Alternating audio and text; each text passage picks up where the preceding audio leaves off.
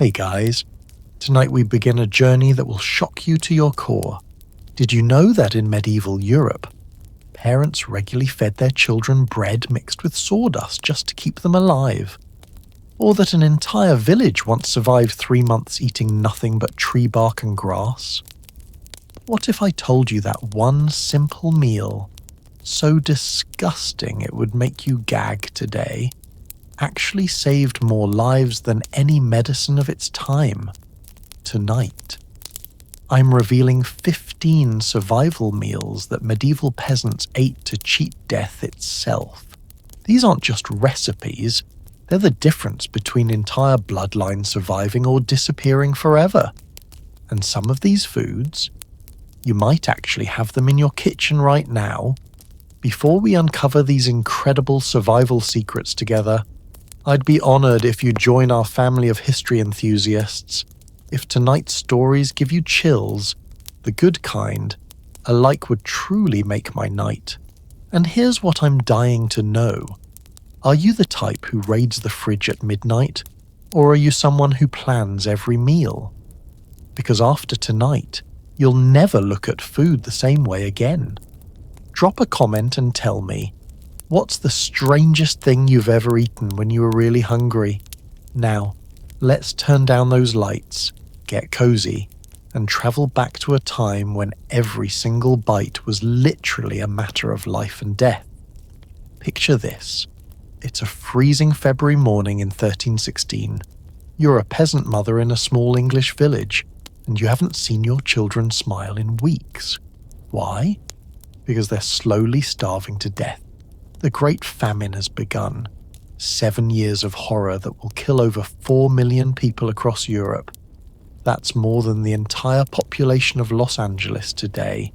Just gone. But here's what's absolutely mind-blowing about this story. While millions died, millions more survived. And they didn't survive by luck or by magic. They survived because they knew secrets. Food secrets so powerful, so ingenious, that they literally cheated death every single day. Now, I know what you're thinking. Come on, medieval times weren't that bad, right? Wrong. Dead wrong. The average peasant family consumed about 2,100 calories per day when times were good. During famines, that dropped to 1,200 calories. That's less than what most of us eat for lunch. Imagine trying to do back-breaking farm work, raise children, and survive brutal winters on less food than you probably had for your last meal. But here's where this story gets absolutely incredible. When faced with starvation, these people didn't just lie down and die. They became the greatest survival experts in human history. They developed a knowledge of edible plants that would make a modern botanist weep with envy. They created preservation techniques so advanced that we still use them today. They turned literal garbage into life-saving nutrition. Let me tell you about Agnes the Wise. Yes, that was actually her nickname.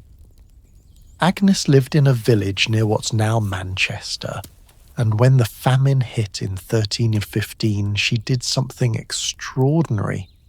While other families were dying around her, Agnes kept not just her own family alive, but 17 other people in her village. How? She knew things. Secret things passed down from her grandmother, who had survived an earlier famine. Agnes knew that rose hips contained more vitamin C than oranges, citrus fruits that wouldn't reach Europe for another century. She knew which mushrooms could kill you in hours and which ones could sustain you for days. She knew how to turn pine needles into a tea that prevented scurvy, and how to extract protein from insects that most people would never even notice. But here's the truly insane part. Many of these starvation foods were actually more nutritious than what the wealthy were eating. While nobles were gorging themselves on white bread that stripped away all the nutrients, peasants were eating dark, whole grain breads packed with fiber, vitamins, and minerals. While lords were dying from gout caused by too much rich meat, peasants were getting perfectly balanced nutrition from their diverse, plant-heavy diets. The psychological strength required for this lifestyle is almost incomprehensible. Imagine going to bed every night not knowing if you would have food tomorrow. Imagine looking at your children and having to decide whether to feed them today or save the food for later when things might get even worse. These weren't abstract fears. This was daily reality for over 90% of the population. Yet within this darkness, something beautiful emerged. Communities developed intricate support systems. Families shared their survival knowledge like it was precious gold. Children learned not just how to read plants and prepare foods, but how to do it safely, because one mistake meant death. Grandmothers became walking encyclopedias of survival wisdom, and their knowledge literally determined who lived and who died. What's absolutely fascinating is how this period of struggle created some of humanity's greatest innovations: fermentation, smoking, pickling, drying. These preservation techniques that we still use today, they were perfected by medieval peasants desperately trying to make food last through brutal winters. These people created cooking methods that could extract maximum nutrition from the most minimal ingredients. The 15 meals we're about to explore aren't just historical curiosities, they're testaments to human ingenuity, proof of our incredible ability to adapt and survive against impossible odds. Each recipe represents countless experiments, generations of accumulated wisdom, and the fierce determination of ordinary people facing the most extraordinary circumstances imaginable. And the first of these miraculous meals, it was something so simple, so ingenious, that it existed in virtually every peasant home. A magical pot that never truly emptied, bubbling constantly over the fire, ready to transform whatever scraps could be found into life-sustaining nourishment. This single dish could stretch a handful of grain into food for an entire family, and its secrets determined who would see spring and who would perish in the frozen ground of winter.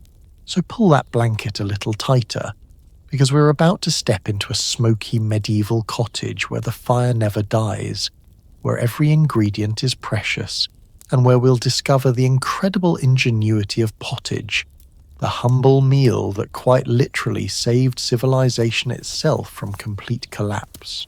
So there you are, standing in the doorway of a medieval peasant cottage, your eyes watering from the wood smoke that seems to cling to everything, and there, in the center of it all, hangs the most important piece of furniture this family owns.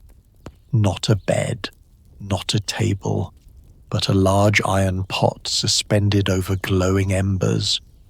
This pot hasn't been empty in 3 years.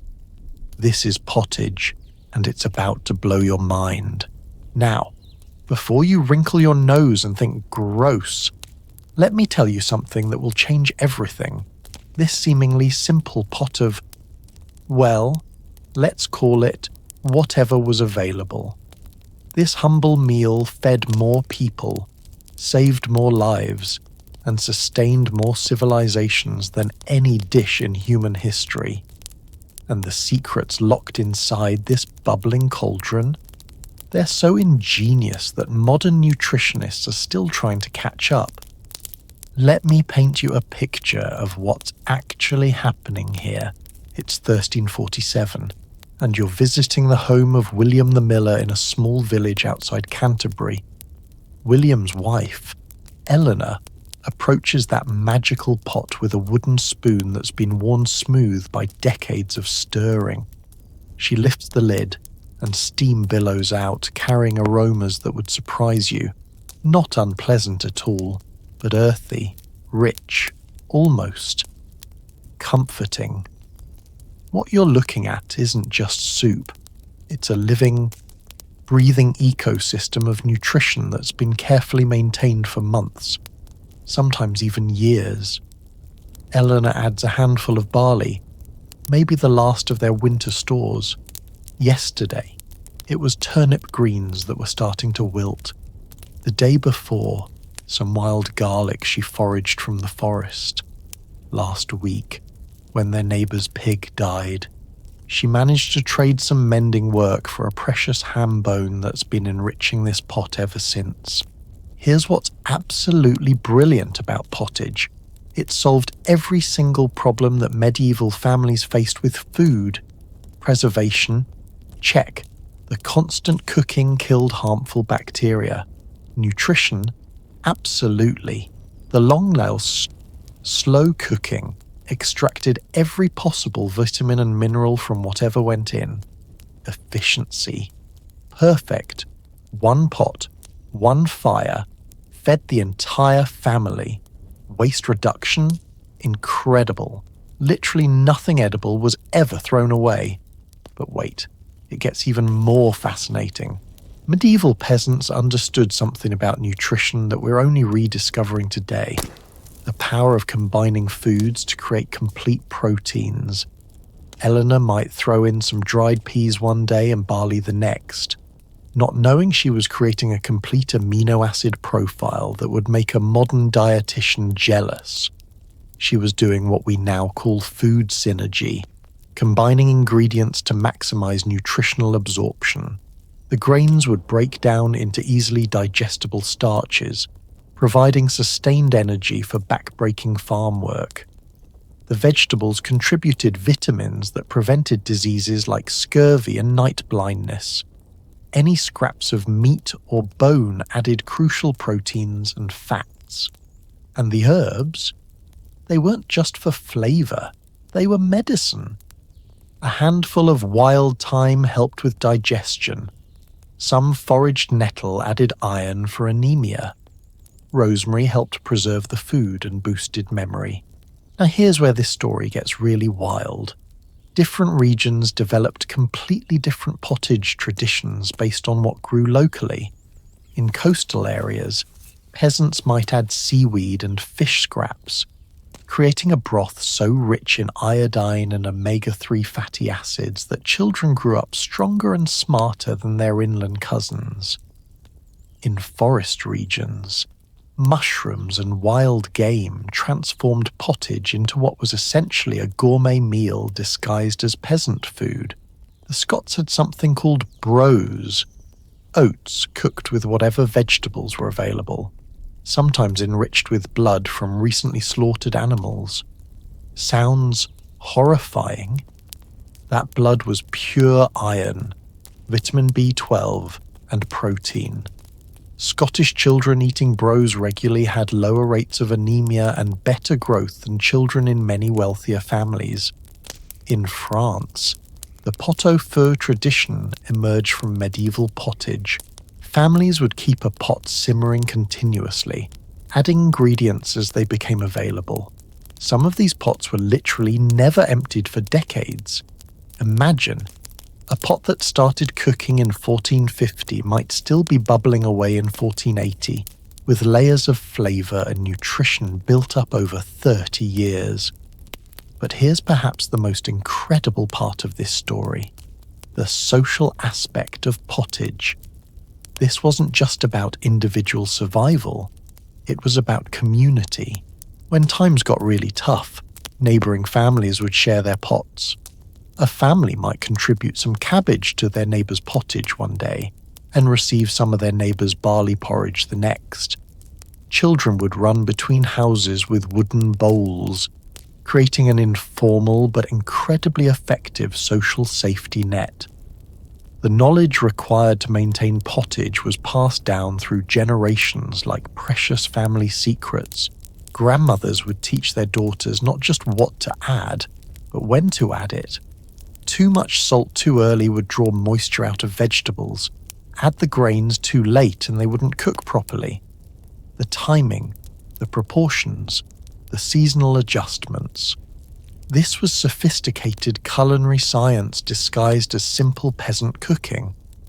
Medieval writers actually looked down on pottage, calling it food for the poor or peasant slop. But modern nutritional analysis reveals something shocking. Peasants eating varied pottage were often healthier than nobles eating refined foods. The constant variety meant they got a broader spectrum of nutrients. The fibre kept their digestive systems healthy. The minimal processing preserved vitamins that were destroyed in the refined foods preferred by the wealthy. During the Great Famine of 1315-1322, villages that had strong pottage traditions survived at dramatically higher rates than those that relied on bread and ale alone. Why? Because pottage could stretch small amounts of food much further, could incorporate foraged additions that bread couldn't, and provided more complete nutrition when calories were scarce. There's even evidence that the Black Death spread less rapidly through communities with strong pottage traditions. The constant consumption of garlic, onions, and herbs that naturally went into these pots may have provided some protection against disease. The better overall nutrition certainly gave people stronger immune systems to fight off infections. So the next time you look at a pot of soup or stew, remember Eleanor and her constantly bubbling cauldron. Remember that this simple concept, throwing available ingredients into a pot and cooking them slowly, quite literally kept civilization alive through its darkest periods. Pottage wasn't just food, it was hope, community, survival, and innovation all stirring together in one magical pot. But as ingenious as pottage was, it had one critical weakness. It required grain, and when the grain ran out, which happened more often than you might think, peasant families had to turn to something even more fundamental, something that sustained them when absolutely everything else failed, something that was technically bread, but would horrify any modern baker and shock you when you discover what was actually baked into those dark, dense loaves that kept entire community from starving. Imagine biting into a piece of bread and feeling your teeth scrape against something hard. Not just hard, sharp. You spit it out, and there in your palm is a piece of wood, maybe some sand, possibly even a small stone. Welcome to medieval bread. The kind that could literally break your teeth, but also quite literally saved your life. Now, I need you to forget everything you think you know about bread. Forget fluffy white loaves. Forget golden crusts. Forget anything that remotely resembles what's sitting in your kitchen right now. Medieval peasant bread was so far removed from modern bread that calling them the same thing is almost insulting to both. But here's the thing that'll shock you. This inedible bread was actually more nutritious than almost anything we eat today. Let me take you inside a medieval bakehouse in the year 1348. You're standing next to Thomas the baker in the village of Little Wickham, and he's about to show you something that would make a modern health inspector faint. Thomas reaches into a large wooden barrel and pulls out what he calls flour. Except it's not just flour. It's a mixture of ground wheat, barley, oats, peas, beans, and, brace yourself, sawdust, crushed tree bark, and clay. You're putting dirt in the bread, you ask, horrified. Thomas looks at you like you're crazy. You want to survive winter or not, he replies. And here's the terrifying part. He's absolutely right. See, what Thomas understood, what every medieval baker understood, was that pure white flour was a luxury that could kill you, not immediately, but slowly. White flour had been stripped of its bran, its germ, all the parts that contained actual nutrition. It was essentially empty calories that left people malnourished even when they were full. The wealthy loved it because it was expensive and looked elegant, but it was nutritionally worthless. Dark bread, On the other hand, this horrible as gritty, sometimes painful to eat dark bread was a nutritional powerhouse. The husks and bran provided fibre that prevented constipation and digestive problems. The variety of grains created complete protein profiles. Even the tree bark wasn't just filler. It contained tannins that helped preserve the bread and provided trace minerals. But let's talk about the truly shocking ingredients. During the famine years, bakers would add ground acorns to their bread. Acorns are naturally toxic to humans. They contain bitter tannins that can poison you. But medieval bakers had figured out how to leach out the toxins while keeping the nutrition. They'd soak the acorns for weeks, changing the water repeatedly until they were safe to eat. The result was a bread that could sustain you for days with just a few slices. Clay, yes, actual clay from the ground, was another common additive. Before you completely lose your appetite, understand that this wasn't random dirt. Bakers specifically sought out certain types of clay that were rich in minerals like iron and calcium. Some regions had clay deposits that were particularly prized for bread making. This wasn't desperation. This was sophisticated knowledge about mineral supplementation that we're only rediscovering today. The sawdust came from specific trees. Oak sawdust was preferred because it contained tannins that helped preserve the bread. Pine sawdust was avoided because it was too resinous. Beech was good because it was relatively tasteless. These bakers knew more about wood chemistry than most modern carpenters. Here's where this story gets really wild. The darker and grittier the bread, the longer you lived. Studies of medieval skeletons show that peasants who ate dark bread had stronger bones, better teeth, despite the occasional chipped tooth from a stone, and fewer signs of nutritional deficiency than wealthy people who ate white bread. The poor were literally eating themselves healthier. But the real genius of medieval bread was its keeping qualities. Modern bread goes mouldy in a few days. Medieval dark bread could last for months. Why? Because it was essentially a preserve. The low moisture content, the natural preservatives from tree bark, the slight acidity from fermentation. All of these factors created an environment where harmful bacteria couldn't survive. Soldiers would carry loaves of this bread on campaigns lasting months, gnawing on pieces as hard as wood but packed with enough nutrition to keep them fighting. The baking process itself was an art form that would astound modern bakers. Most villages had only one oven, usually owned by the lord of the manor. Families would prepare their dough at home, then bring it to the communal oven to be baked. The baker would arrange dozens of loaves in the oven, using his experience to place each loaf in exactly the right spot for optimal cooking. The bread closest to the fire got crustier. The bread in the back stayed moister.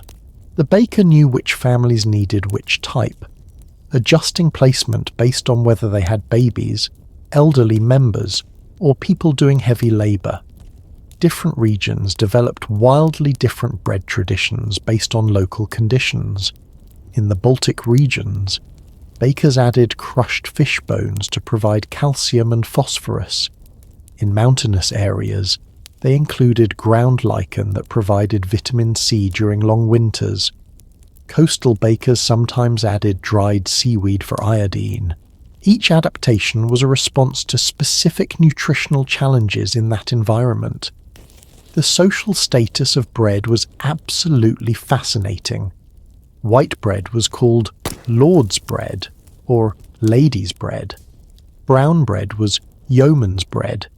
The darkest, grittiest bread was called horse bread. And yet, ironically, the people eating horse bread were often healthier than those eating lady's bread. The wealthy literally paid extra to eat food that was worse for them. During the worst famines, bakers developed what they called famine bread. This contained whatever could be ground into powder: dried peas, bean pods, acorn shells, even ground bones from animals. It sounds horrifying, but bone meal provided crucial calcium and phosphorus. Pea pods added fibre and vitamins. This bread could keep people alive when absolutely nothing else was available. The knowledge required to make safe famine bread was extraordinary. Bakers had to know which plants were edible, how to process toxic foods to make them safe, how to balance ingredients to prevent illness, and how to maintain nutritional value while extending the food supply. They were essentially primitive food scientists, working with life or death stakes. Records from the Great Famine show that villages with skilled bakers had survival rates up to 30% higher than villages with poor bakers. The difference between life and death often came down to whether your local baker knew how to safely add acorns to the bread, or how to properly process tree bark to make it digestible.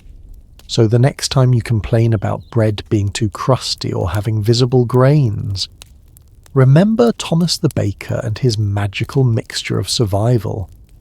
Remember that what looks like desperation was actually sophisticated nutritional science. That inedible bread wasn't just food, it was medicine, preservation technology, and community survival all baked into one dense, dark, sometimes tooth-breaking loaf. But even the most ingenious bread had its limitations.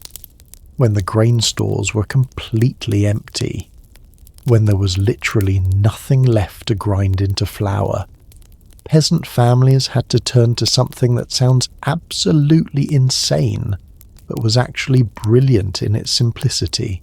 They turned to something that was safer than water, more available than food, and created in every single household regardless of wealth or status. Something that today we'd never dream of giving to children, but in medieval times, it was literally keeping entire families alive. What if I told you that in medieval Europe, 3-year-old children started their day with a pint of beer, that pregnant women drank ale instead of water, that monks, nuns, and even babies consumed alcohol daily not for pleasure, but for survival? You'd probably think I was describing a society of alcoholics, but you'd be completely wrong. You'd be witnessing one of the most brilliant public health innovations in human history. Picture this scene. It's dawn in a medieval village, and young Mary, barely 5 years old, toddles up to her mother with a wooden cup. Her mother fills it not with milk, not with water, but with something called small beer, a weak alcoholic beverage that contains just enough alcohol to kill deadly bacteria, but not enough to intoxicate a child. Mary drinks it down like it's the most natural thing in the world, because in her world, it absolutely is. Now, before you start judging medieval parenting skills, let me blow your mind with some facts. The water that came from medieval wells, rivers, and streams was essentially a death sentence waiting to happen. It was contaminated with human and animal waste, rotting organic matter, and bacteria that could kill you in days. Cholera, dysentery, typhoid. These waterborne diseases were constant threats that could wipe out entire families overnight. But here's where medieval people were absolute geniuses. They figured out that the brewing process created something miraculous. When you brew beer or ale, you boil the water. That boiling kills every harmful microorganism. Then you add hops or herbs that have natural antibacterial properties. Finally, the fermentation process creates alcohol and acids that prevent new bacteria from growing. What you end up with isn't just a drink, it's liquid safety. Let me take you inside a medieval brewery, because this isn't what you're imagining. This isn't some guy in a basement making moonshine. This is sophisticated food science happening in every household across Europe. Meet Agnes the Brewster. Yes, that was an actual job title. And yes, it was usually done by women. Agnes understands fermentation better than most modern microbiologists. She starts with barley, but not just any barley. She knows that certain varieties produce better tasting ale. She knows exactly how long to soak the grains, when to dry them, how hot to make the fire for malting. She's created a controlled environment for beneficial yeasts while preventing harmful bacteria from taking hold. She's essentially running a medieval laboratory, and the stakes couldn't be higher, because if she gets it wrong, people die. The genius of small beer was in its alcohol content, typically between 1% and 3%. That's enough to kill bacteria, but not enough to impair cognitive function. A medieval worker could drink several pints of small beer throughout the day and remain completely functional.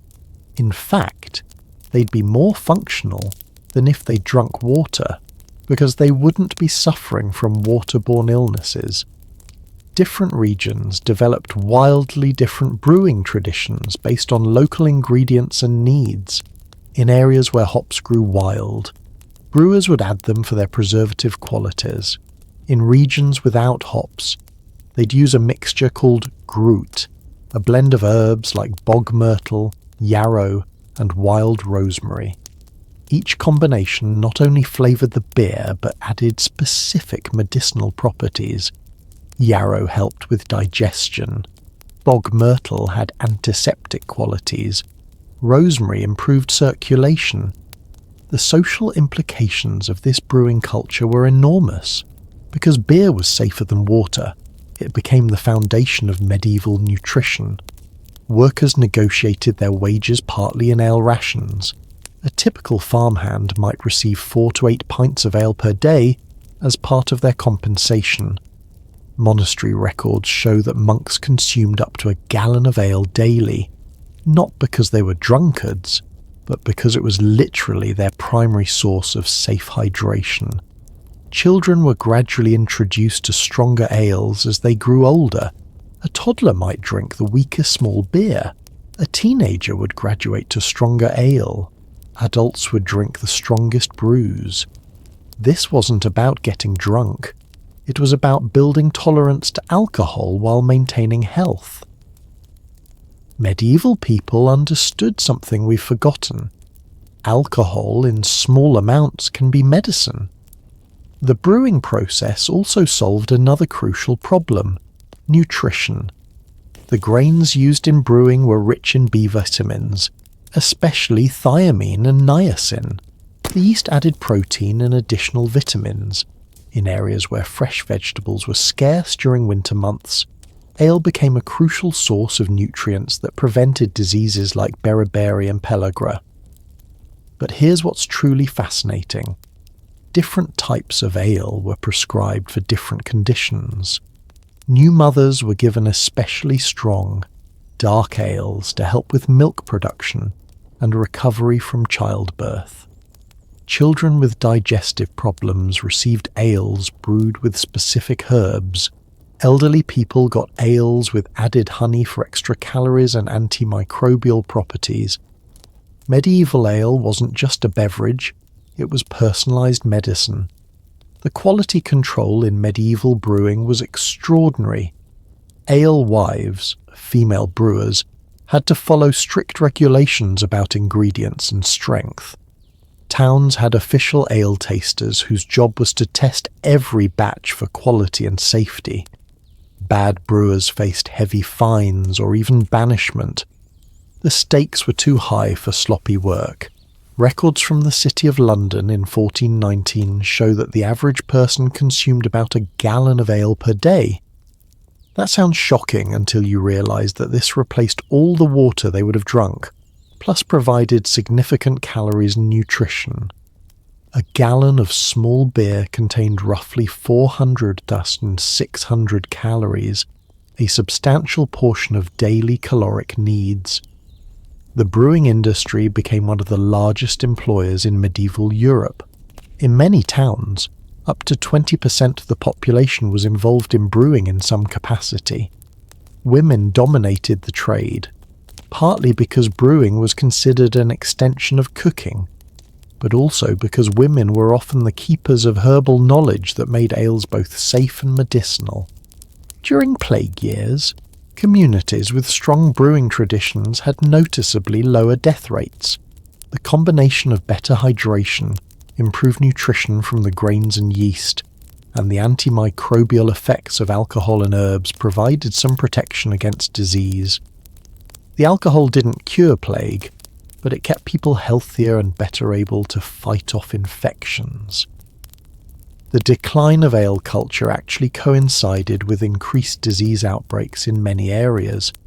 When clean water systems were finally developed in the 18th and 19th centuries, people began drinking water again, but many had lost the knowledge of how to brew safely, and waterborne diseases actually increased in some regions during the transition period. So the next time you hear someone say they drank ale because they didn't know better, remember Agnes the Brewster and her sophisticated understanding of fermentation, nutrition, and public health. Remember that what looks like primitive behavior was actually one of the most advanced public health systems ever developed. Medieval people weren't drinking because they were ignorant. They were drinking because they were brilliant. But as essential as ale was for hydration and health, it couldn't solve the fundamental problem of getting enough protein to survive. When harvests failed and animals died, peasant families had to turn to sources of protein that were both abundant and free. They had to become experts at finding nutrition that grew wild around them, in forms that most of us today would never recognize as food. They had to master the art of turning the most humble plants into life-sustaining protein, plants that were so common they grew like weeds, yet so powerful they could prevent starvation. You're about to discover something that will completely change how you look at your backyard. Right now, growing in the most ordinary places, vacant lots, roadside ditches, even cracks in sidewalks, are plants that contain more protein than beef, more iron than spinach, and more complete nutrition than most of what's sitting in your refrigerator. Medieval peasants knew these secrets. They had to, because when everything else failed, when the last grain was gone and the animals were dead, these humble weeds meant the difference between life and death. Close your eyes and imagine walking through a medieval village in late spring of 1317.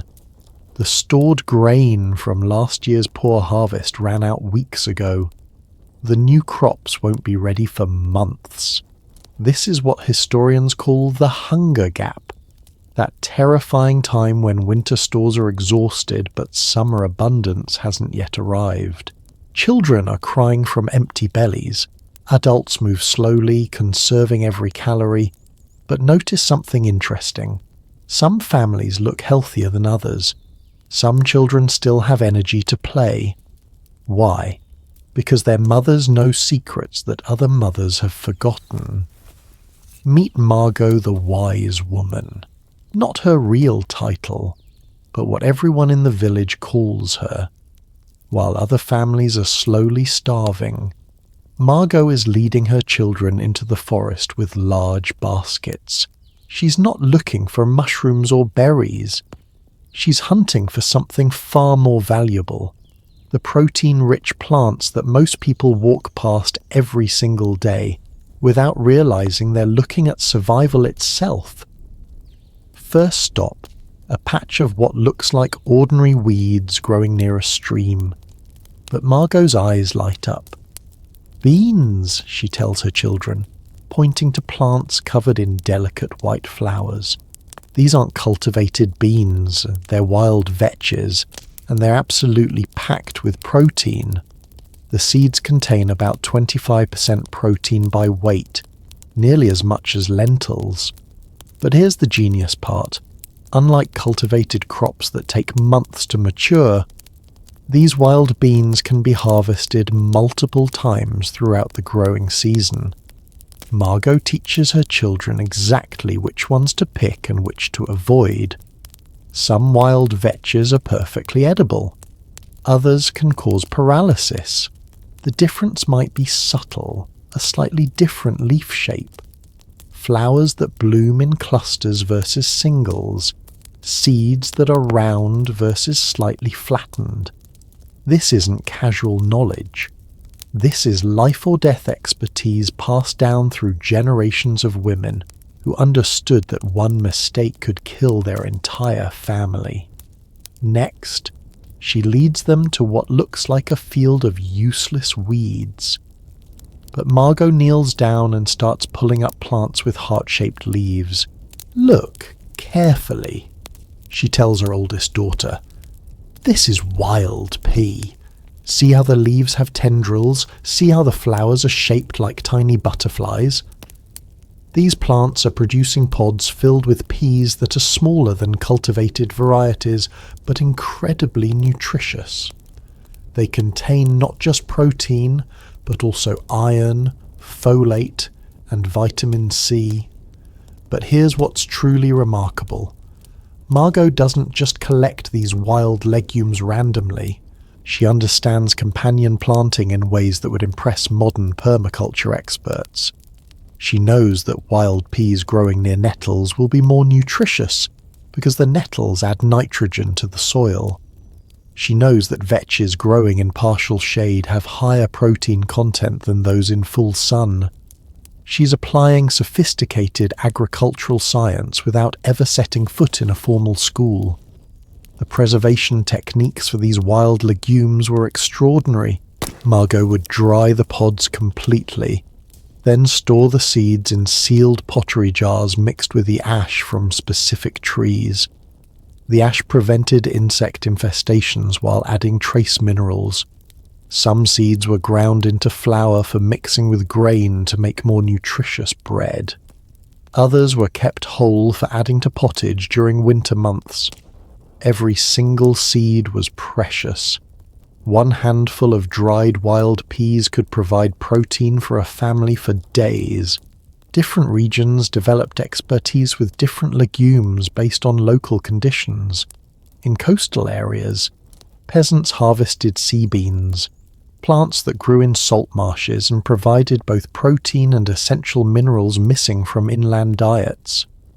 Mountain communities specialized in alpine legumes that could survive harsh winters and short growing seasons.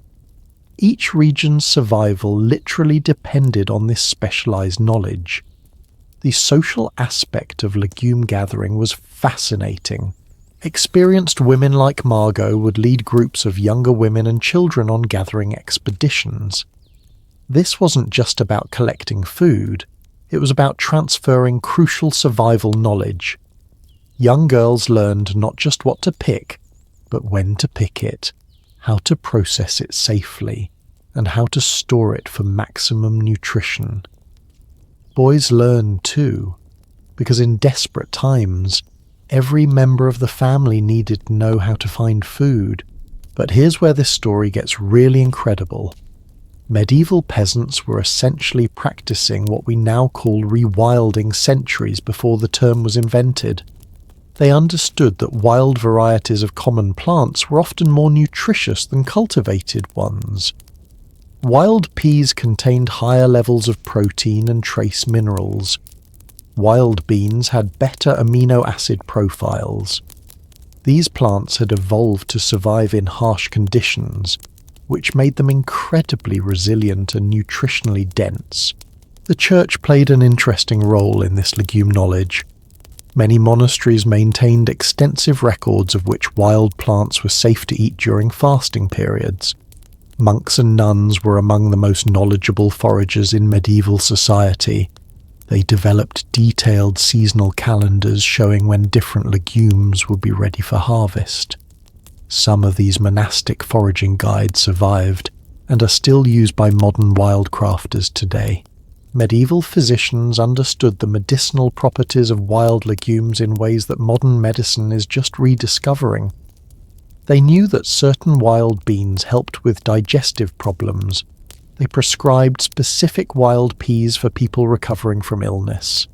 They used ground legume flour as a treatment for malnutrition. These weren't superstitions, they were accurate applications of nutritional medicine. The genetic diversity of these wild legumes was staggering in a single meadow.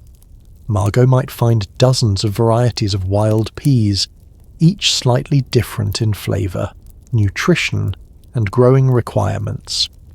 This diversity was crucial for survival. If one variety failed due to weather or disease, others would still thrive. Modern agriculture has lost most of this genetic diversity, making our food system much more vulnerable than medieval peasants ever were.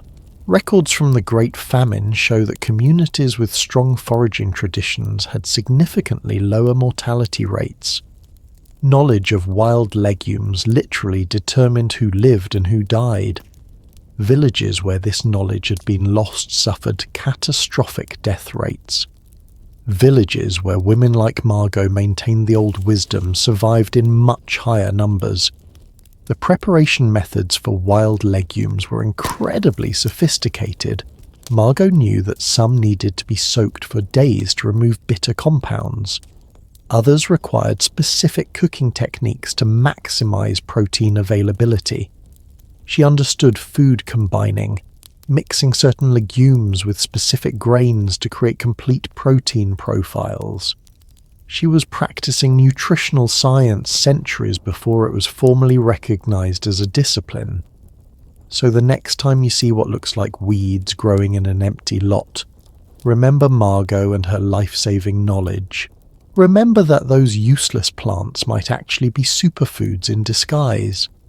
Medieval peasants survived not just because they were tough, but because they possessed incredibly sophisticated knowledge about the natural world around them.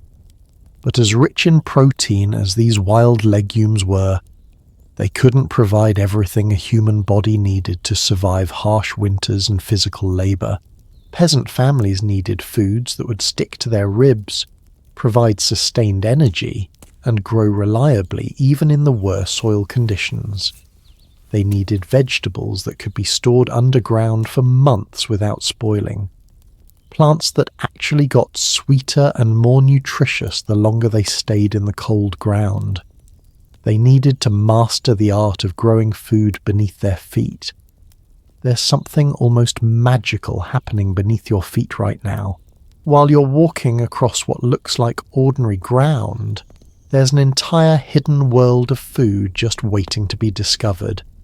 Medieval peasants knew this secret. They understood that the earth itself was their most reliable pantry, storing vegetables that actually improved with cold weather, got sweeter with frost, and could feed a family for months even when everything above ground had died. Today, we're going underground to discover the buried treasures that kept entire civilizations alive. Step into the boots of Edmund the Root Keeper, a peasant farmer in 14th century Yorkshire. It's November 1348, and the first hard frost has just hit.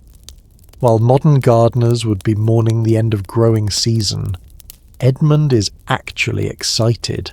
Why? Because frost is about to transform his humble turnips and parsnips into something extraordinary. Vegetables so sweet and flavourful that even nobles would be jealous. But more importantly, frost is nature's way of telling him that his underground food storage system is now fully activated. Edmund walks to what looks like an unremarkable patch of earth behind his cottage, but he knows exactly where to dig.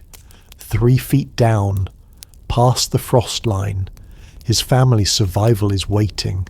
He pulls up a turnip the size of a football, gnarled, ugly, covered in dirt, but absolutely beautiful to his eyes. This single root contains enough calories to feed his family for a day, enough vitamin C to prevent scurvy, and enough fibre to keep them healthy through the darkest months of winter. Now, here's what's absolutely brilliant about root vegetables in medieval times. They're basically nature's refrigerators. While above-ground crops would rot within days of harvest, roots could stay fresh and nutritious for 6 to 8 months if stored properly. But Edmund doesn't just throw them in a pile and hope for the best. He's developed storage techniques that would impress modern food scientists. First, he selects only perfect roots, no cuts, no bruises, no signs of disease. One damaged root can spoil an entire storage pile through bacterial infection. He brushes off loose dirt but doesn't wash them, because the thin layer of soil provides natural protection against moisture loss and bacterial growth. Then comes the really clever part. He layers them in wooden boxes with sand, ash, and dried moss, creating individual microenvironments that prevent spoilage while maintaining humidity. But here's what will shock you.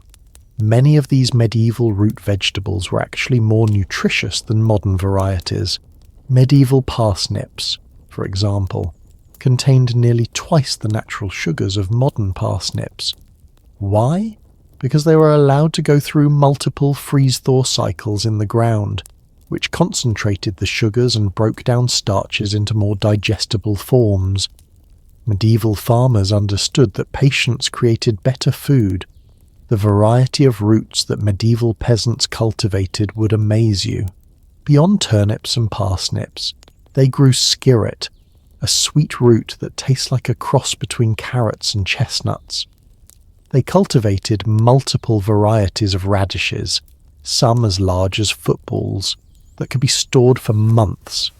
They grew Jerusalem artichokes, which weren't from Jerusalem and aren't artichokes, but provided crucial carbohydrates and helped regulate blood sugar. Each region developed specialized root varieties adapted to local conditions. In Scotland, peasants grew a purple turnip called neeps that could survive in soil too poor for other crops. In Germany, they cultivated massive rutabagas that could feed a family for weeks. In marshy areas, they grew water parsnips that thrived in wet conditions where other roots would rot. The nutritional timing of root vegetables was perfect for medieval survival. Most other food sources were depleted by midwinter, but roots were actually at their nutritional peak. The cold weather converted starches to sugars, making them more digestible and providing quick energy for people doing hard physical labor in freezing conditions. The natural vitamin C content increased with cold exposure, providing crucial protection against scurvy during months when no fresh fruits were available. Medieval cooks understood how to maximize nutrition from roots in ways we've largely forgotten. They knew that cooking parsnips with their skins on doubled the fibre content. They discovered that alternating between roasting and boiling could break down tough fibres while preserving vitamins. They developed techniques for fermenting roots that pre-digested proteins and created beneficial bacteria for gut health. But here's perhaps the most remarkable thing. Medieval peasants were practicing crop rotation and soil management centuries ahead of their time, and roots were central to their system. They understood that certain roots actually improved soil fertility. Turnips, for example, have deep taproots that break up compacted soil and bring nutrients from deep layers to the surface. After a field was planted with turnips, the soil was actually better for growing grains the following year. The social implications of root vegetables were enormous. Unlike grains, which required specialized facilities for processing and storage, roots could be managed by individual families. This gave peasants more control over their food security. A family with good root-growing knowledge could be relatively independent, even during times of social upheaval or war. Different roots were prescribed for different health conditions. Medieval physicians recommended turnips for respiratory problems because they contain natural expectorants. Parsnips were given to people recovering from illness because they're easily digestible and high in calories. Radishes were used to treat digestive issues because they contain natural enzymes that aid digestion. The harvesting techniques for roots required incredible skill and timing. Edmund knows that turnips harvested too early won't store well, but turnips left in the ground too long become woody and tasteless. He can tell by feeling the tops whether the roots below are ready. He knows that parsnips actually need at least one hard frost to develop their full sweetness, but too many freeze-thaw cycles will make them mushy. During the worst famines, knowledge of wild roots saved countless lives. Peasants knew how to identify and safely prepare wild turnips, wild parsnips, and dozens of other edible roots that grew in forests and meadows. They understood which roots needed special preparation to remove toxins, and which could be eaten raw in emergencies. The preservation techniques went beyond simple storage. Medieval peasants developed methods for drying roots into flour that could last for years. They created root wines and beers that provided both nutrition and safe hydration. They learned to smoke certain roots, creating concentrated nutrition sources that could sustain people during long journeys or sieges. Records from the monastery of St. Alban show that during the famine of 1315 to 1317, communities with extensive root cultivation had mortality rates 40% lower than communities that relied primarily on grains. The difference between life and death often came down to whether your ancestors had passed down the knowledge of when to plant turnips for maximum winter storage. So when you see turnips or parsnips in the grocery store looking humble and unremarkable, remember Edmund and his underground treasure trove. Remember that these simple roots represent thousands of years of human ingenuity, survival knowledge, and agricultural wisdom. They're not just vegetables, they're life insurance policies that grow in the dirt. But as crucial as roots were for providing carbohydrates and basic nutrition, medieval peasants needed something else to truly thrive. Foods that could provide the complex vitamins and minerals necessary for health. Foods that could be harvested fresh even in the depths of winter. And foods so hardy they could survive conditions that would kill every other plant. They needed to master the cultivation of the vegetable that would become known as the poor man's medicine chest. Deep in the heart of winter, when snow covers the ground and most plants have long since died, there's one vegetable that not only survives but actually thrives. A vegetable so tough that it laughs at freezing temperatures, so nutritious that it can single-handedly prevent deadly diseases, and so versatile that medieval peasants called it the gift that keeps on giving. This humble plant saved more lives than any medieval medicine. Yet today most people walk past it in the grocery store without a second glance. Welcome to the extraordinary world of cabbage, the vegetable that literally kept civilization alive. Let me transport you to a snow-covered village in medieval Poland, circa 1340. The temperature has been below freezing for 6 weeks. Most families finish their stored grain months ago, but in the cottage of Katerina the Wise, something miraculous is happening. She's serving her family fresh, crisp vegetables that are somehow more delicious and nutritious than anything they ate during the summer. How is this possible? Because Katerina understands secrets about cabbage that would make modern nutritionists weep with admiration. Outside her cottage, buried under 2 feet of snow, rows of cabbage heads sit frozen solid. But here's the mind-blowing part. They're supposed to be frozen.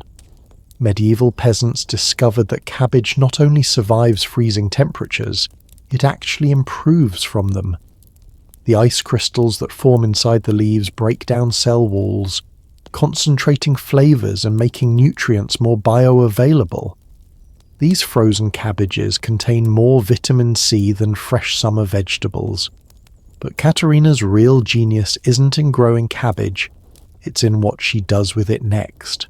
She's about to show you a preservation technique so brilliant that it creates food that can last not just months, but years. And this food doesn't just maintain its nutritional value, it actually becomes more nutritious over time. She's about to make sauerkraut, though she doesn't call it that. To her, it's simply sour cabbage, and it's the difference between her family thriving and her family dying. Watch carefully as Katerina shreds her frozen cabbage with a wooden tool that's been in her family for generations. She knows exactly how thick to cut each strand. Too thin, and it will turn to mush. Too thick, and it won't ferment properly. She layers the cabbage in a wooden barrel with precise amounts of salt. Not the refined white salt we know today, but coarse, mineral-rich salt that contains dozens of trace elements essential for human health. Here's where the magic happens. Katerina pounds the salted cabbage with a wooden mallet until liquid begins to pool at the bottom of the barrel.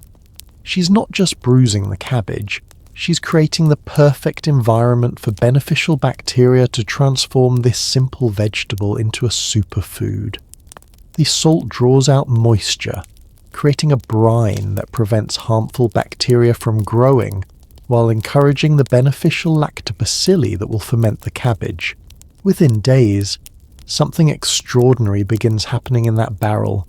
The beneficial bacteria start producing lactic acid, which not only preserves the cabbage but creates new vitamins that weren't there before. The fermentation process generates vitamin B12, which is almost impossible to get from plant sources. It creates vitamin K2, crucial for bone health. It produces probiotics that improve digestion and boost immune function. Katerina is literally creating medicine in a barrel. But here's what's truly remarkable. This fermented cabbage contains more vitamin C than fresh oranges. A single serving provides enough vitamin C to prevent scurvy for days. During the Age of Exploration, sailors who carried barrels of sauerkraut on long voyages had dramatically lower rates of scurvy than those who didn't. Captain Cook famously credited sauerkraut with keeping his crews healthy during his Pacific voyages. The varieties of cabbage that medieval peasants grew would astonish modern gardeners. They cultivated red cabbages that contained powerful antioxidants called anthocyanins. They grew pointed cabbages that were sweeter and more tender. They developed Savoy cabbages with crinkled leaves that held more nutrients. Each variety was carefully selected for specific purposes, some for fresh eating, others for fermentation, still others for winter storage. Different regions developed wildly different cabbage traditions. In Korea, yes, medieval Korea, peasants were fermenting cabbage with chili peppers to create what we now call kimchi. In Germany, they added caraway seeds for digestive health. In Russia, they fermented whole cabbage heads to create a food that could sustain families through 8-month winters.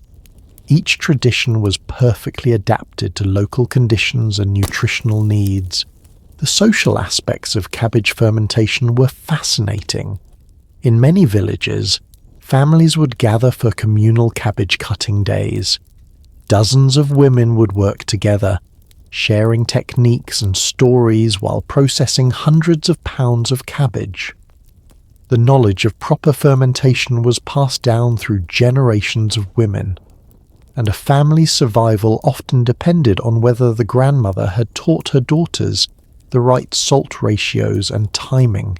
Medieval physicians understood the medicinal properties of fermented cabbage in ways we're only rediscovering today. They prescribed sauerkraut juice for digestive problems. They used cabbage poultices to treat wounds and infections. They recommended fermented cabbage for pregnant women because they somehow knew it prevented birth defects. We now know this is because fermentation increases folate content. But here's what's truly mind-blowing. The fermentation process creates compounds that have natural antibiotic properties. Medieval peasants eating regular sauerkraut had lower rates of infections and faster healing from injuries. The beneficial bacteria in fermented cabbage actually strengthen the immune system by colonizing the gut with helpful microorganisms. The storage techniques for sauerkraut were incredibly sophisticated. Katerina knows exactly how to weight down the fermenting cabbage to keep it submerged in its own brine. She understands that temperature control is crucial. Too warm and harmful, bacteria will take over. Too cold and fermentation will stop. She's essentially running a complex biotechnology operation using nothing but wooden barrels and stones. Different stages of fermentation created different types of food. Fresh sauerkraut was tangy and crunchy, perfect for immediate consumption. Fully fermented sauerkraut was more sour and softer, ideal for cooking in stews. Over-fermented sauerkraut became incredibly potent medicine, used specifically for treating serious illnesses. Katerina knows exactly when each stage is reached by smell, taste, and appearance. The nutritional timing of sauerkraut was perfect for medieval survival. Just when fresh vegetables were completely unavailable, families would begin opening their fermentation barrels. The peak vitamin content occurred during the darkest months of winter, when people's immune systems were most challenged. It was as if nature had provided the perfect solution to the problem of winter nutrition. Records from the Siege of Vienna in 1529 show that defenders who had access to sauerkraut maintained their health and fighting capacity far longer than attackers who relied on dried meat and hardtack. The difference wasn't just nutritional, it was psychological. Fresh, flavorful food maintained morale when everything else seemed hopeless. The preparation methods for cabbage went far beyond simple fermentation. Medieval cooks knew how to stuff whole cabbage leaves with grains and meat to create complete meals. They understood which parts of the cabbage plant were edible, not just the heads, but also the leaves, stems, and even the flowers. Nothing was wasted. So the next time you see a head of cabbage in the produce section, remember Katerina and her life-saving barrels of fermented wisdom. Remember that this simple, inexpensive vegetable represents thousands of years of human innovation in food preservation and nutrition. That humble cabbage isn't just a vegetable, it's a testament to human ingenuity and our ability to transform the simplest ingredients into powerful medicine. But as essential as preserved vegetables were for surviving winter, they couldn't provide everything the human body needed to thrive. Medieval peasants required foods that could deliver quick energy for hard physical labor, foods that could be digested easily when people were weakened by hunger, and foods that could stretch the tiniest amounts of grain into filling, sustaining meals. They needed to master the art of transforming simple grains into liquid sustenance that could keep them alive when absolutely everything else failed. When everything else has failed, when the last precious grains are gone and your family is staring into the abyss of starvation. There's one final lifeline that medieval peasants could turn to. A thin, watery substance that looks almost like dishwater, but contains enough nutrition to keep a human being alive for weeks. This isn't just soup. This is liquid survival. The absolute last resort that stood between families and death. Today, we're discovering the shocking science behind barley gruel, the meal that was literally fed to people on their deathbeds and somehow brought them back to life. Picture the most desperate scene imaginable. a medieval cottage in the winter of 1316 during the worst year of the Great Famine. The family has already eaten their seed grain, the grain they were supposed to plant for next year's harvest. They've consumed the straw from their thatched roof. They've boiled and eaten their leather shoes. The children haven't had a proper meal in 3 weeks, and their mother, Gwendolen, is making what might be their last meal ever. She takes a single handful of barley, not whole grains, but the broken pieces, the husks, the sweepings from the bottom of storage containers that would normally be fed to pigs. This is all that stands between her family and starvation. But Gwendolen knows something that will shock you. She's about to create one of the most nutritionally complete foods possible, using almost nothing. Into a large pot goes that pathetic handful of barley scraps. Then she adds something that would make you gag. Water that's been used to wash other grains. Water that's cloudy with grain dust and tiny particles. To you and me, this looks like dirty water. To Gwendolen, it's liquid gold, because those tiny particles contain concentrated B vitamins, minerals, and trace elements that have been dissolved out of the grain. But here's where her genius really shows. She doesn't just boil this mixture quickly, she lets it simmer for hours, sometimes an entire day, stirring occasionally with a wooden spoon that's been worn smooth by years of use. What's happening in that pot is nothing short of miraculous. The long, slow cooking is breaking down the tough cellulose fibres in the barley husks, releasing nutrients that would otherwise pass right through the human digestive system. The result is a thin, greyish liquid that looks absolutely unappetizing but contains something extraordinary. Pre-digested nutrition that can be absorbed by bodies too weakened by hunger to digest solid food. Medieval physicians called this invalid food, not because it was invalid, but because it was specifically designed for people too sick or weak to eat anything else. Here's what's happening on a molecular level that would astound modern nutritionists. The prolonged cooking is converting complex starches into simple sugars that provide immediate energy. It's breaking down proteins into amino acids that can be absorbed without requiring much digestive effort. It's releasing B vitamins that are crucial for nervous system function. Vitamins that prevent the madness and hallucinations that accompany severe malnutrition. But Gwendolen's knowledge goes much deeper than just basic cooking. She knows that different grains require different preparation times. Barley, being harder than wheat, needs longer cooking to release its nutrients. She knows that adding a tiny amount of ash from certain trees will make the nutrients more bioavailable. She understands that the cloudier the gruel looks, the more nutrition it contains. Different regions developed wildly different gruel traditions based on available grains and local conditions.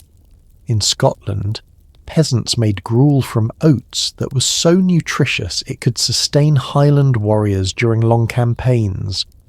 In northern Germany, they used rye that created a gruel with natural antibiotic properties.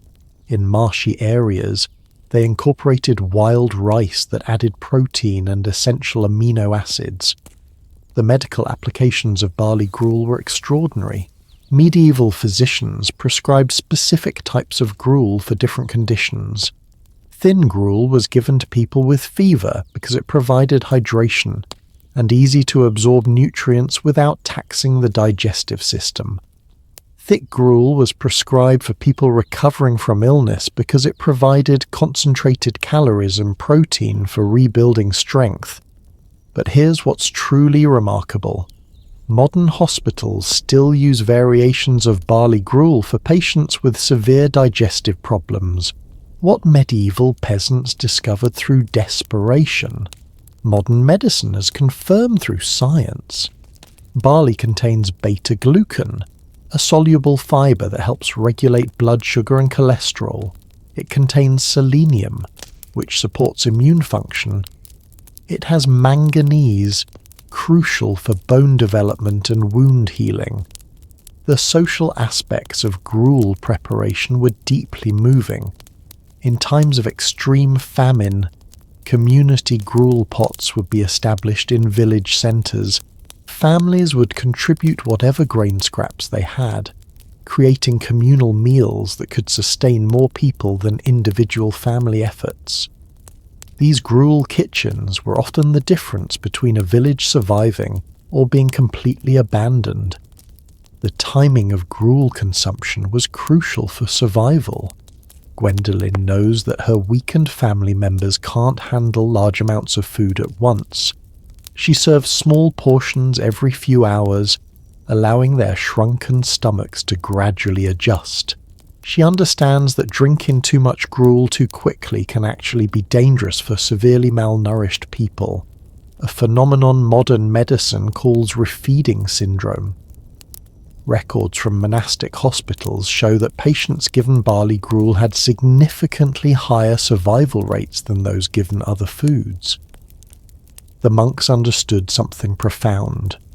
When the body is shutting down from starvation, it needs liquid nutrition that can be absorbed with minimal digestive effort.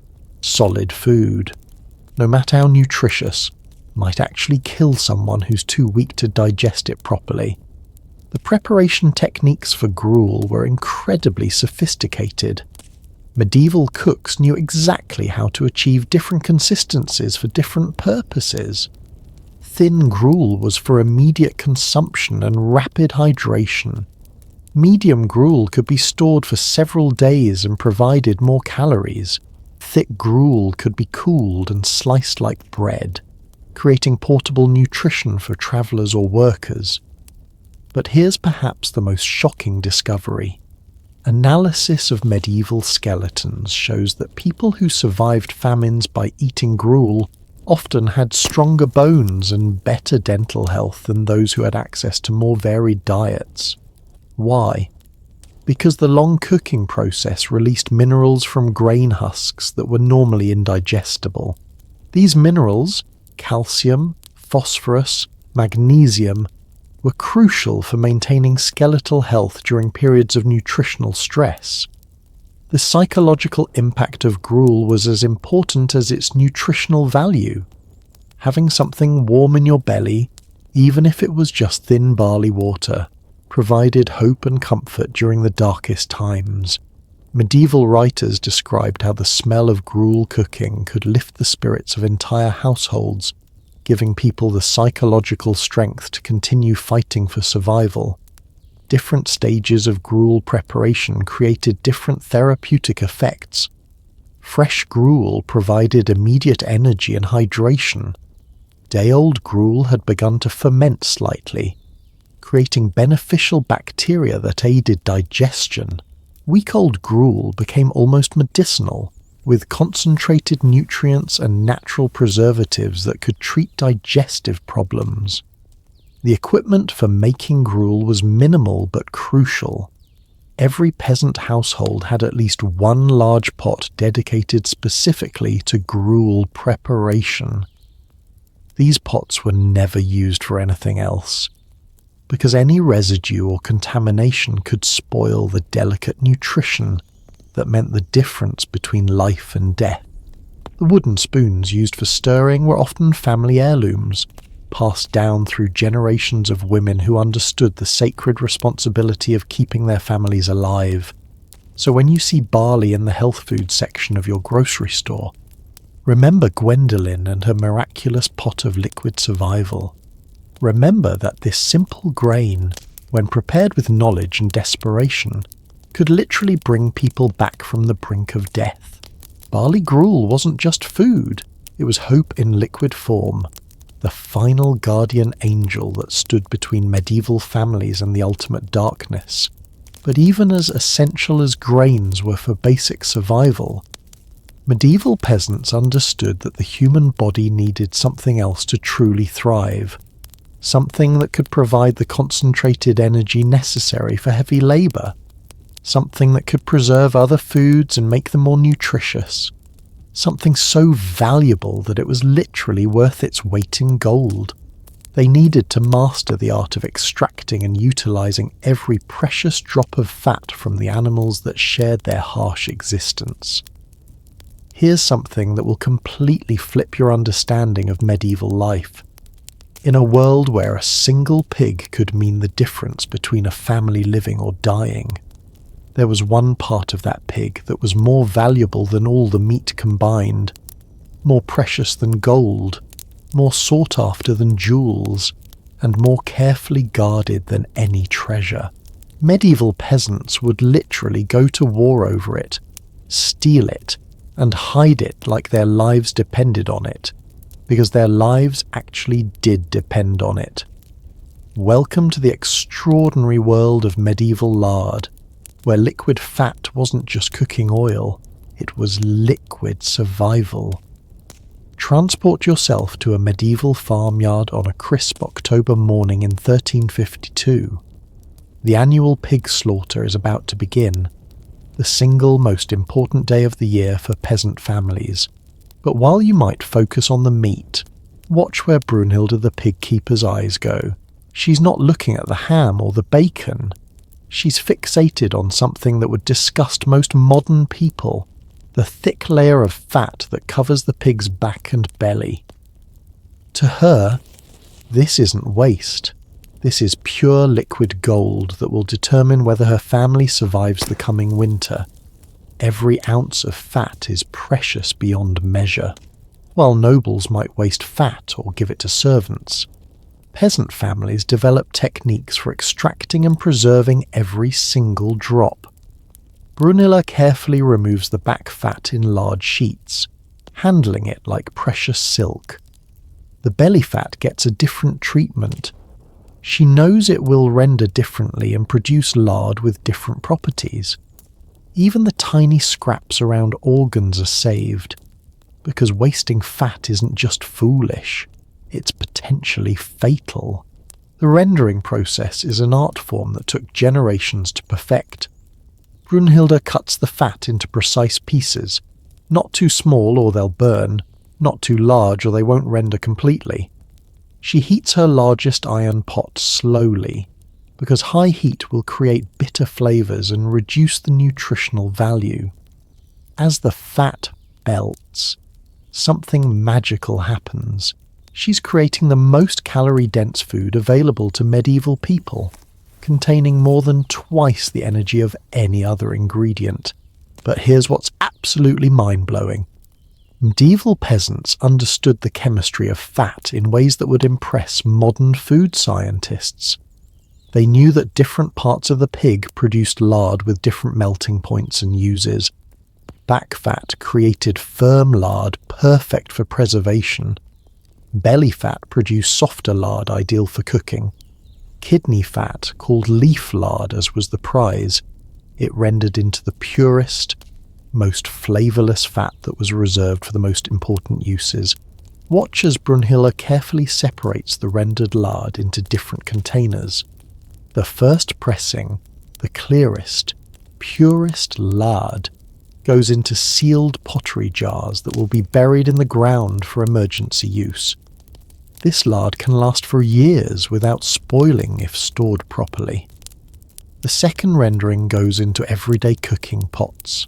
The brown, crackling bits left behind. They're not waste. They're cracklings. Crispy morsels packed with protein and flavour that will add nutrition to otherwise bland meals throughout winter. The preservation techniques for lard were incredibly sophisticated. Medieval peasants discovered that pure lard, if rendered correctly and stored without air exposure, could last for up to 3 years without refrigeration. They'd pour hot lard into specially prepared containers, creating an airtight seal that prevented rancidity. Some families had lard stores that they'd been adding to for decades, creating reserves that could sustain them through multiple years of poor harvests. Different regions developed wildly different lard traditions based on local conditions and available animals. In northern climates, peasants preferred pig lard because it stayed solid in cold weather, making it perfect for preservation. In warmer areas, they might use goose fat, which remained spreadable even in winter. Coastal communities developed techniques for rendering seal fat, creating incredibly nutritious lard that contained essential fatty acids missing from land animal fats. But here's where this story gets really incredible. Lard wasn't just food, it was medicine. Medieval physicians prescribed different types of lard for different ailments.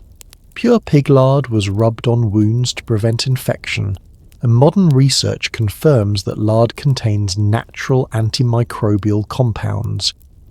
Goose fat was used to treat respiratory problems because it contains compounds that help reduce inflammation. Bear fat was considered the ultimate medicine, used to treat everything from arthritis to frostbite. The nutritional science behind medieval lard use was extraordinary. While modern nutrition demonizes saturated fat, medieval peasants intuitively understood that fat was essential for survival. Their bodies needed concentrated calories for heavy physical labor in cold conditions. The fat-soluble vitamins A, D, E, and K could only be absorbed in the presence of dietary fat. Without adequate fat intake, people developed night blindness, rickets, bleeding disorders, and immune deficiencies. The social aspects of lard were fascinating and complex. In many communities, families would pool their resources for pig slaughter, sharing the work and the fat. But the distribution of lard was carefully negotiated because everyone understood its value. Skilled lard renderers, usually older women with decades of experience, held positions of respect and authority in their communities. The cooking applications of lard were limitless. Unlike modern vegetable oils, lard has a high smoke point, making it perfect for the high-heat cooking that medieval peasants needed to do over open fires. It added flavour to otherwise bland foods. It could be used to seal containers, preserving other foods for months. Mixed with herbs, it became medicinal salves. Combined with ash, it made soap for cleaning. But here's what's truly shocking. The techniques medieval peasants used for preserving meat in lard were so effective that meat could last for years without spoiling. They would cook meat thoroughly, then pack it in rendered lard in sealed containers. The lard created an oxygen-free environment that prevented bacterial growth while adding flavour and nutrition. This technique, called confit, is still used by high-end chefs today. The economic value of lard was staggering.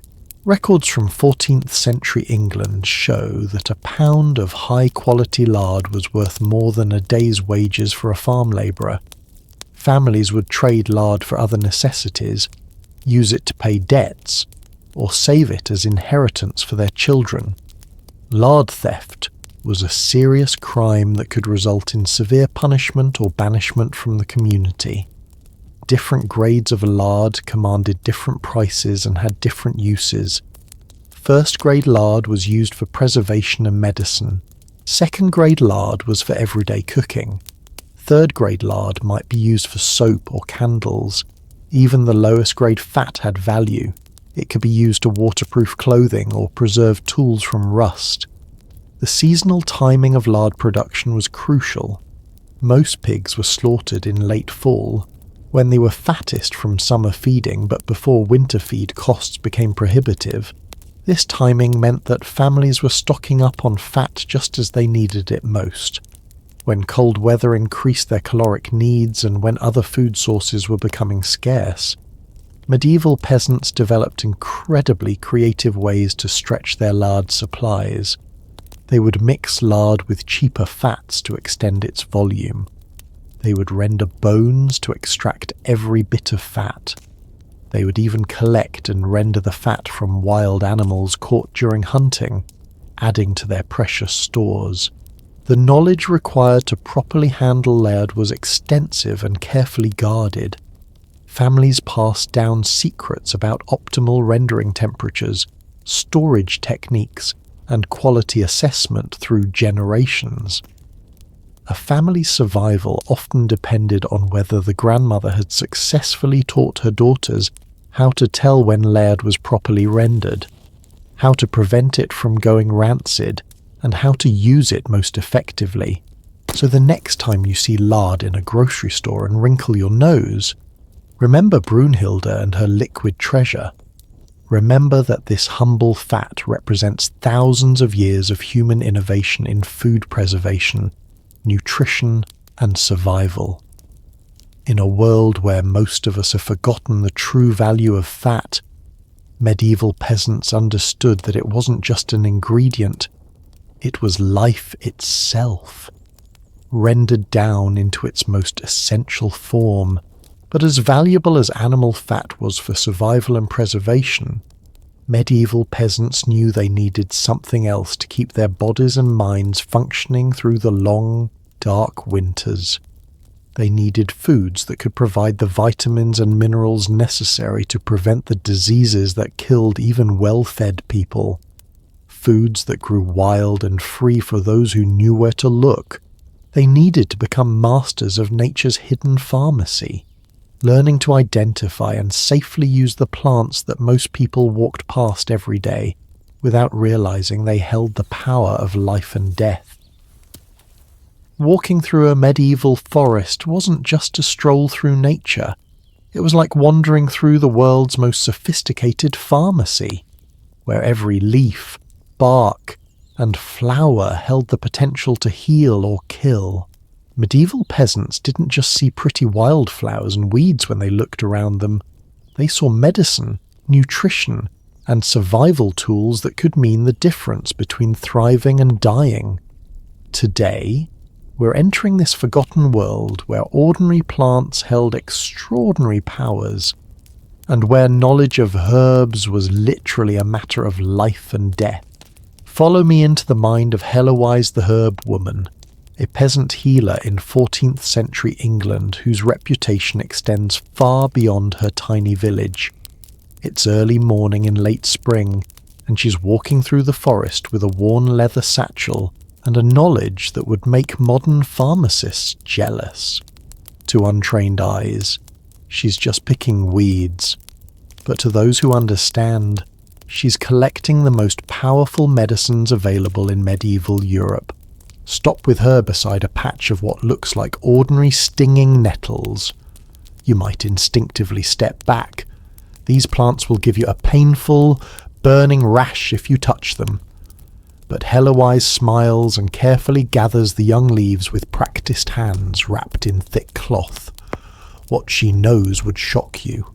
These weeds contain more protein per ounce than beef, more iron than spinach, and more vitamin C than oranges. But that's just the beginning of their miraculous properties. Here's what's absolutely mind-blowing about nettles. They're essentially a complete multivitamin growing wild everywhere. Medieval peasants who regularly consume nettle soup had stronger bones because nettles are loaded with calcium and magnesium. They had better vision because nettles contain high levels of vitamin A. They had fewer infections because nettles boost immune function through their incredible concentration of vitamins and minerals. Modern analysis shows that nettles contain over 40 different nutrients, many in concentrations higher than expensive supplements.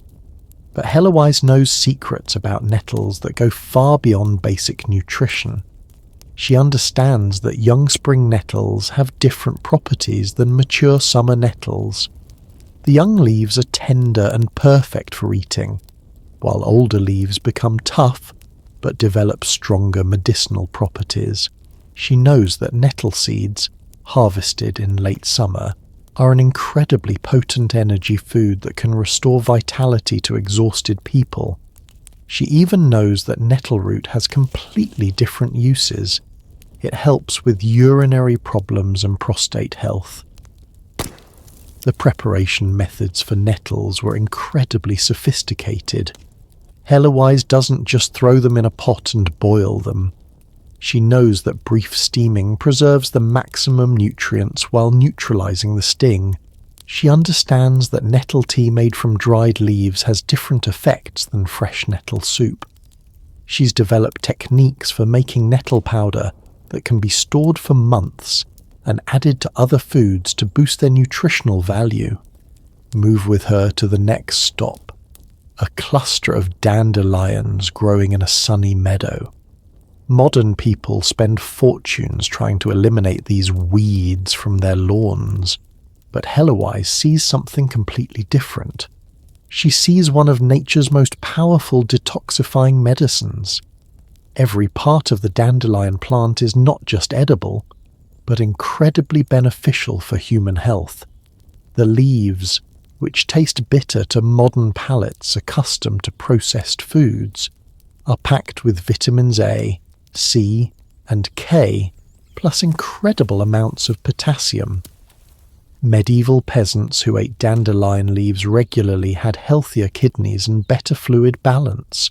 The roots, when roasted and ground, make a coffee-like drink that supports liver function and helps the body eliminate toxins.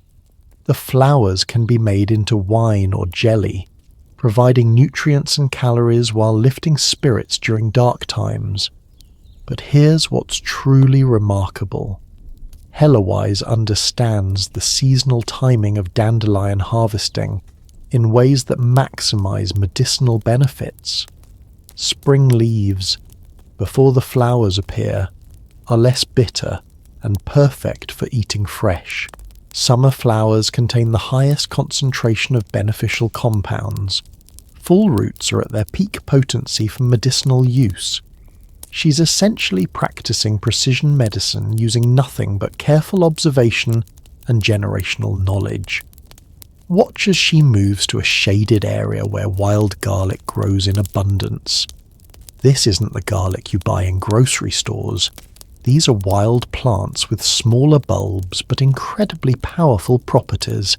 Medieval peasants who regularly consumed wild garlic had dramatically lower rates of infections and parasites. Modern science confirms that wild garlic contains allicin and other sulfur compounds that have natural antibiotic and antiviral properties. Heloise knows exactly how to prepare wild garlic for different uses. Fresh leaves can be eaten to prevent scurvy and boost immune function. The bulbs can be dried and stored for winter use as medicine and seasoning. She even knows how to make wild garlic oil that can be used to treat ear infections and skin problems. Her knowledge represents centuries of accumulated wisdom about how to safely and effectively use this powerful plant. The variety of medicinal herbs that medieval peasants used would astound modern people.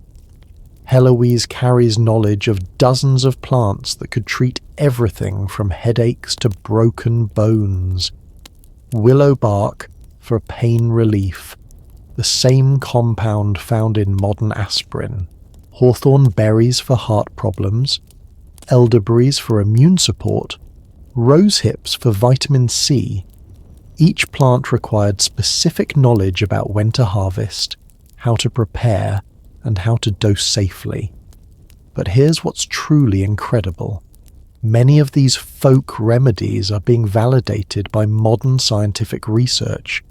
Studies show that elderberry extract can reduce the duration of flu symptoms. Rose hips contain more vitamin C than any other natural source. Hawthorn has measurable effects on heart health.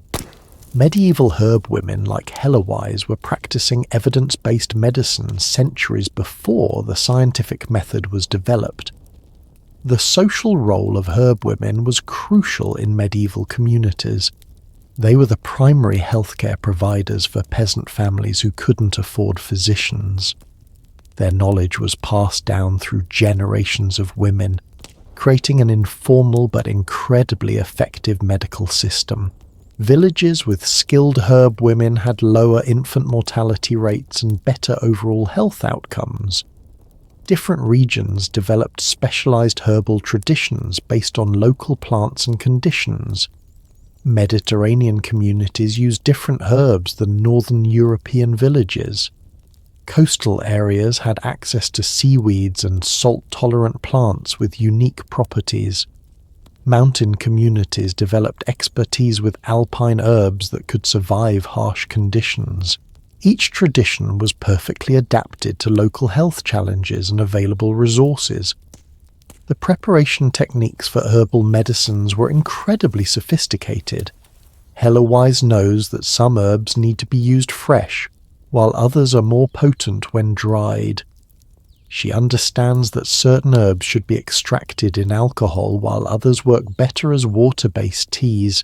She's developed methods for making herbal oils, tinctures, poultices, and powders, each designed for specific therapeutic applications. The timing of herbal harvesting was crucial for effectiveness.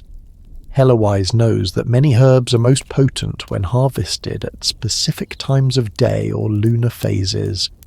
She understands that roots are generally best harvested in fall when the plant's energy has moved underground. She knows that flowers should often be picked in early morning when their essential oil content is highest.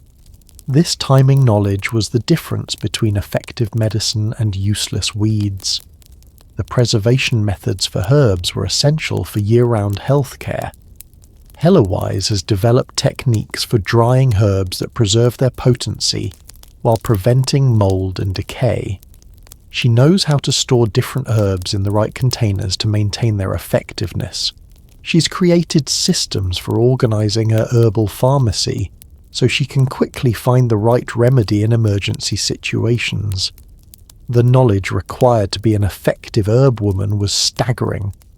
Not only did Helawise need to identify dozens of plants correctly, a mistake could be fatal. She also needed to understand their interactions, dosages, and contraindications. She had to know which herbs were safe for children, which ones pregnant women should avoid, and how to modify treatments for elderly patients. So the next time you walk past what looks like a patch of weeds, remember Helawise and her incredible knowledge of nature's pharmacy. Remember that these simple plants represent thousands of years of human wisdom about healing and survival. In our modern world of synthetic medicines, we've largely forgotten that some of our most powerful healing tools are still growing wild all around us. But as valuable as wild herbs were for maintaining health and treating illness, medieval peasants needed something even more fundamental for basic survival. Something that could provide the protein and fat necessary to sustain life when no other animal products were available. They needed access to foods that were available even to the poorest families, foods that required no money to obtain, yet provided nutrition that could keep people alive during the darkest times. They needed to master the delicate art of obtaining sustenance from creatures so small and abundant that most people never even noticed them. What if I told you that some of the most nutritious food on earth is crawling around under your feet right now? That medieval peasants regularly consumed protein sources that are more nutritionally complete than beef, more sustainable than any modern farming, and available absolutely everywhere for free? You're about to enter a world that will simultaneously fascinate and horrify you. The world of medieval insect cuisine, where survival meant overcoming disgust and discovering that some of the smallest creatures provided the biggest nutritional bang for their buck. Step into the worn shoes of Aldrich the Forager, a peasant living through the brutal famine of 1347. His grain stores ran out months ago. The wild herbs are sustaining his family, but they need protein, real, complete protein to survive the coming winter, while wealthier families might still have preserved meat. Aldrich has discovered something that nobles would never dream of eating, but that contains more protein per pound than the finest cuts of beef. He's about to show you the hidden world of insect harvesting that kept entire communities alive when everything else failed. It's late summer, and Aldrich is leading his children to what looks like an ordinary fallen log at the edge of the forest. But to his trained eye, this rotting wood is essentially a protein factory. Inside this log live thousands of beetle larvae, fat, white grubs that medieval peasants called forest nuts because of their nutty flavour when roasted. These larvae contain up to 20% protein by weight, plus essential fats that growing children desperately need. Here's what will blow your mind. These insect larvae contain all 9 essential amino acids that the human body can't produce on its own. They're nutritionally superior to most meats that wealthy people were eating. Modern analysis shows that many insect larvae contain more vitamin B12 than beef liver, more iron than spinach, and healthy fats similar to those found in fish. Medieval peasants who regularly ate insects were often healthier than nobles eating refined diets. Watch as Aldrich carefully splits open the log with a wooden tool his grandfather made. The larvae are easy to spot, plump, cream-coloured grubs about the size of your thumb. But he doesn't just grab them randomly.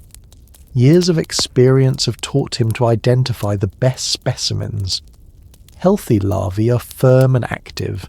Sick or dying larvae are soft and sluggish. These he leaves behind. He's applying quality control standards that would impress modern food safety inspectors. The preparation methods of insect protein were incredibly sophisticated. Aldrich knows that these larvae can be eaten raw in emergencies, but roasting them over hot coals brings out their nutty flavour while eliminating any potential parasites. He's developed techniques for drying and storing cooked larvae that can preserve them for months. Some families would grind dried insects into powder that could be mixed with grain to create incredibly nutritious bread. Different seasons provided different insect opportunities. Spring brought ant larvae, considered a delicacy in many regions because of their delicate flavour and high protein content. Summer offered grasshoppers and crickets, which could be caught in large quantities during their swarming periods. Fall provided fat beetle larvae and moth caterpillars that had spent the summer building up energy stores for winter. Each type required different harvesting and preparation techniques. But here's what's truly remarkable. Medieval peasants understood insect ecology in ways that would impress modern entomologists. They knew which insects were safe to eat and which were poisonous. They understood the life cycles of different species and when each would be at its nutritional peak. They could identify edible insects by sight, sound, and even smell. This knowledge was literally the difference between protein supplementation and accidental poisoning. The regional variations in insect cuisine were fascinating. In northern Europe, families specialized in harvesting beetle larvae from rotting logs and tree stumps. In Mediterranean regions, people developed techniques for catching and preparing cicadas and grasshoppers. Coastal communities sometimes harvested marine insects and larvae from tidal pools. Each region's insect traditions were perfectly adapted to local species and seasonal availability. Religious attitudes toward insect consumption were complex and interesting. While many insects were considered acceptable food during fasting periods because they weren't classified as meat, church authorities sometimes struggled with the moral implications of eating creatures that seemed to inhabit the boundary between food and pest. Some monastic communities developed extensive knowledge of insect preparation, while others avoided the practice entirely. The nutritional timing of insect consumption was perfect for medieval survival patterns. Many insects reached their peak nutritional value just before winter. when other protein sources were becoming scarce. Fat larvae harvested in late fall contained concentrated energy stores that could sustain people through the coldest months. The timing was almost as if nature had designed these creatures specifically to fill nutritional gaps in the human diet. The social aspects of insect harvesting were surprisingly important. Knowledge of insect identification and preparation was passed down through families like precious secrets.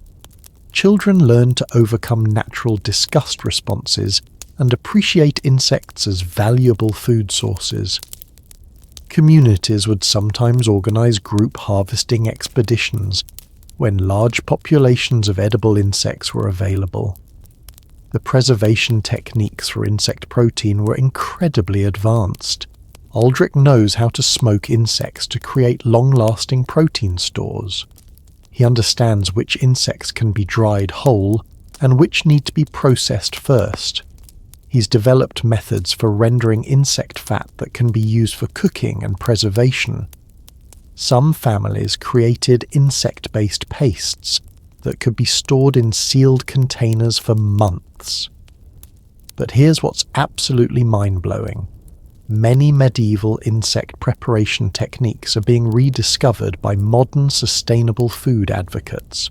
Researchers are confirming that insects require far less water, land, and energy to produce than traditional livestock.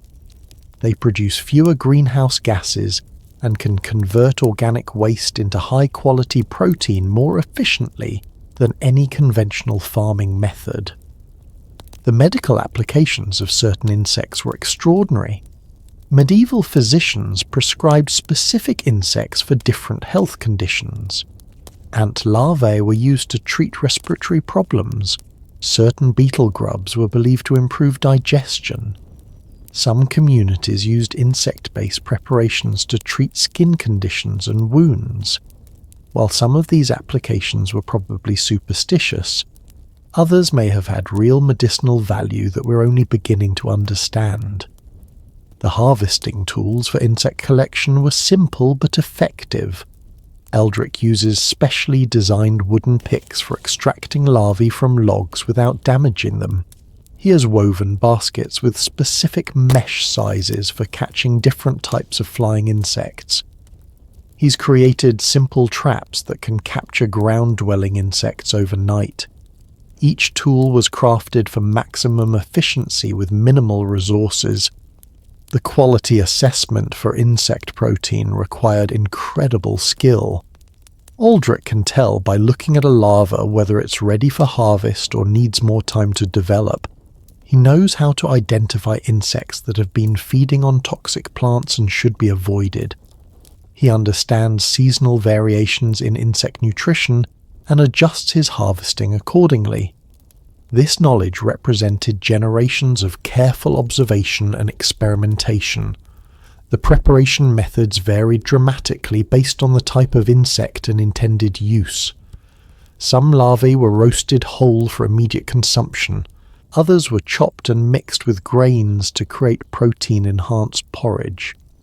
Flying insects might be caught in large numbers and processed into flour. Each preparation method was designed to maximize nutrition while making the food as palatable as possible. So the next time you swat a fly or step on an ant, remember Aldrich and his life-saving knowledge of insect nutrition. Remember that these tiny creatures represent one of the most sustainable and nutritious food sources on the planet.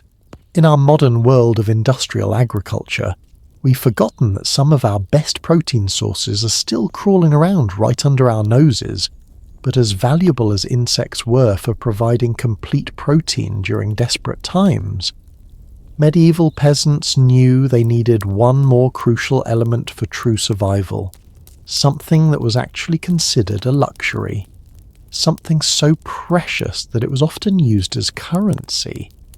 Yet something that contained nutrients absolutely essential for human life. They needed to understand the careful art of obtaining and preserving the perfect foods that could only come from the creatures they raised with their own hands. creatures whose products represented the difference between mere survival and actually thriving in their harsh medieval world. In a world where a single egg was worth more than a day's wages, where fresh milk was so precious it was literally measured in drops, and where cheese represented wealth that could be passed down as inheritance. Medieval peasants had to navigate one of the most complex food economies in human history. These weren't just ingredients, they were liquid gold, white treasures, and protein miracles that could mean the difference between a family thriving or watching their children slowly waste away from malnutrition. Enter the world of Gwenllian the Dairy Keeper, a Welsh peasant woman whose reputation for managing the most productive chickens and dairy animals in her village has made her both respected and envied. It's dawn in 1349, and she's beginning her daily ritual that will determine not just what her family eats today, but whether they'll have enough nutrition stored away to survive the coming winter. Every egg, every drop of milk, every precious ounce of cheese represents calculations of survival that would challenge a modern mathematician. Follow Gwenllian as she approaches her small flock of chickens, not the plump corn-fed birds we know today, but scrawny, hardy creatures that look more like wild birds than domestic fowl. These chickens are survival machines, bred over generations to lay eggs on minimal food and to find nutrition in scraps that other animals couldn't digest. A good laying hen might produce 100 eggs per year, a fraction of modern production, but each egg was literally precious beyond measure. Here's what's absolutely shocking about medieval eggs. They contained significantly more nutrition than modern factory-farmed eggs. These free-range birds, foraging for insects, wild seeds, and herbs, produced eggs with deeper orange yolks packed with omega-3 fatty acids, vitamin D from sun exposure, and beta-carotene from diverse plant sources. Modern analysis shows that medieval eggs could contain up to 3 times more vitamin A and twice as much vitamin E as conventional grocery store eggs. But Gwenllian doesn't just collect eggs randomly. She understands the complex mathematics of egg economics that governed peasant survival. Fresh eggs are eaten immediately only during times of abundance. During normal times, eggs are preserved for lean periods. During famine, eggs are traded for grain or other necessities. She's developed a sophisticated system for categorizing each egg based on size, quality, and intended use. Watch as she carefully examines each egg with the skill of a modern quality control expert. She can tell by holding an egg whether it's freshly laid or several days old.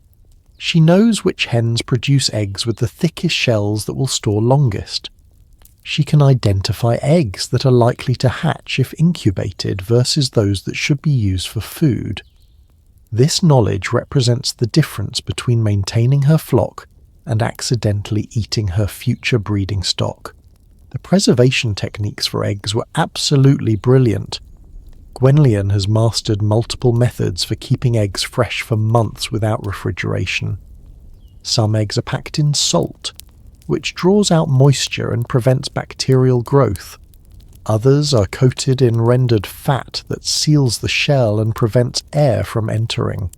Still, others are buried in ash or sand in cool, dark locations where they can remain fresh for up to 6 months. Different preservation methods were used for different purposes. Eggs preserved in salt could be stored longest but became too salty for direct consumption. These were saved for cooking and baking. Fat-preserved eggs maintained their fresh taste but couldn't be stored as long. Ash-preserved eggs developed a unique flavour that many people preferred to fresh eggs. Each method represented different trade-offs between storage time, flavour, and nutritional value. The seasonal timing of egg production was crucial for survival planning. Hens naturally lay more eggs in spring and early summer when food is abundant and daylight hours are long. Production drops dramatically in winter when food is scarce and days are short. Gwenllian has learned to time her preservation activities to capture maximum eggs during peak laying season, while ensuring adequate nutrition through the dark months. Now observe Gwenllian as she moves to her family's most precious possession, a single dairy cow. This isn't the large, high-producing Holstein we might imagine, but a small, hardy animal that might produce only 2 to 3 gallons of milk per day during peak season. But every drop of that milk represents concentrated nutrition that could keep her family alive when other foods failed. The complexity of medieval dairy management would astound modern farmers. Gwenllian must balance the cow's nutritional needs against her family's need for milk. Too little food for the cow means no milk production, but feeding the cow means less food for humans. She's developed incredibly sophisticated knowledge about which wild plants provide the best nutrition for dairy animals, when to supplement with precious grain stores, and how to maximize milk production with minimal resources. Here's what's remarkable about medieval dairy practices. The milk produced by grass-fed, free-ranging cattle was nutritionally superior to most modern dairy products. These cows, grazing on diverse wild plants and herbs, produced milk rich in conjugated linoleic acid, omega-3 fatty acids, and fat-soluble vitamins. The milk contained natural probiotics and enzymes that aided digestion and boosted immune function, but fresh milk was almost never consumed directly by medieval peasants. Why? Because it spoiled too quickly and was too valuable to waste. Instead, Gwenllian immediately begins processing the milk into products that will last weeks or months. She's about to demonstrate food preservation techniques so advanced that modern artisan cheesemakers are still trying to replicate them. The butter-making process was an art form that required perfect timing and technique. Gwenllian knows that cream skimmed too early won't churn properly, but cream left too long will develop off flavours. She understands that temperature and humidity affect churning time. She can tell by the sound of the churning when butter is forming and when it's ready to be worked. The resulting butter, properly salted and stored, could last for months and provided crucial calories and fat-soluble vitamins. Cheese production was even more complex and valuable. Different types of cheese required different techniques, aging periods, and storage conditions. Fresh cheeses could be eaten immediately but spoiled quickly. Hard cheeses required months of aging but could last for years if properly maintained. Gwenllian has mastered techniques for making multiple types of cheese, each designed for different nutritional needs and storage requirements. The economic value of dairy products was staggering. Records from medieval England show that a pound of good cheese was worth several days' wages for a farm labourer. Butter was so valuable that it was often used as currency in rural transactions. Families would literally mortgage their future by trading away dairy products for immediate necessities, knowing they were giving up crucial winter nutrition.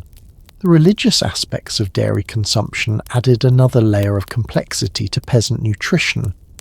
During Lent and other fasting periods, dairy products were forbidden for observant Christians. This meant that peak dairy production in spring coincided with periods when consumption was restricted. Families had to time their preservation activities to ensure adequate nutrition during non-fasting periods, while respecting religious obligations. The medicinal applications of dairy products were extensive and sophisticated. Fresh milk was prescribed for children and people recovering from illness. Buttermilk was used to treat digestive problems. Different types of cheese were believed to have different health effects. Whey, the liquid left over from cheese making, was never wasted but used as a nutritious drink for children and elderly people. The social aspects of dairy management were crucial for community survival. Families would often share dairy animals and divide the products. Knowledge of dairy processing was passed down through generations of women who understood that mistakes in cheese-making or butter production could mean the loss of months of nutrition. Communities developed elaborate systems for sharing equipment and expertise. The tools and equipment for dairy processing were simple but incredibly effective. Gwenllian uses wooden churns that have been passed down through generations. She has special pottery vessels for aging cheese that maintain exactly the right temperature and humidity.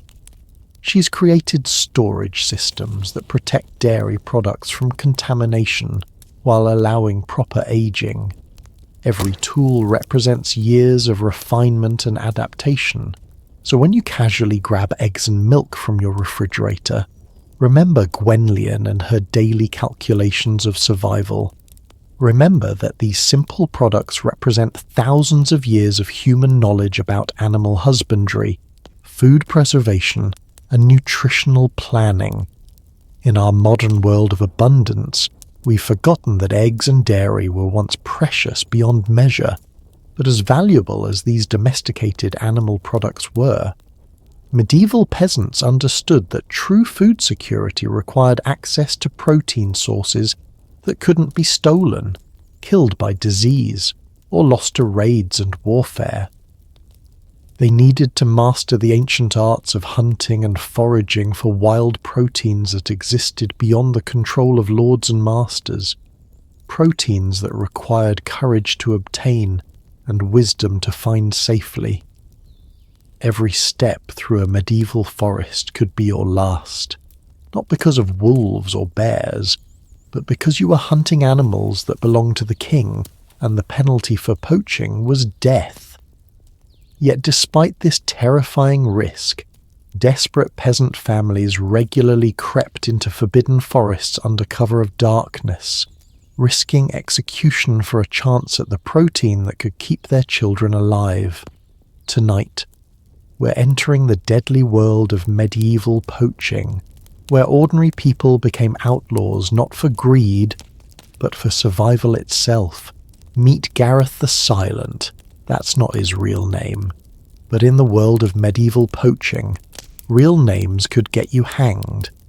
It's a moonless night in 1353, and Gareth is about to show you skills that would make modern special forces soldiers jealous. He's spent years learning to move through forest without making a sound, to track animals by scent and subtle signs, and to kill quickly and silently. But this isn't a game or a sport.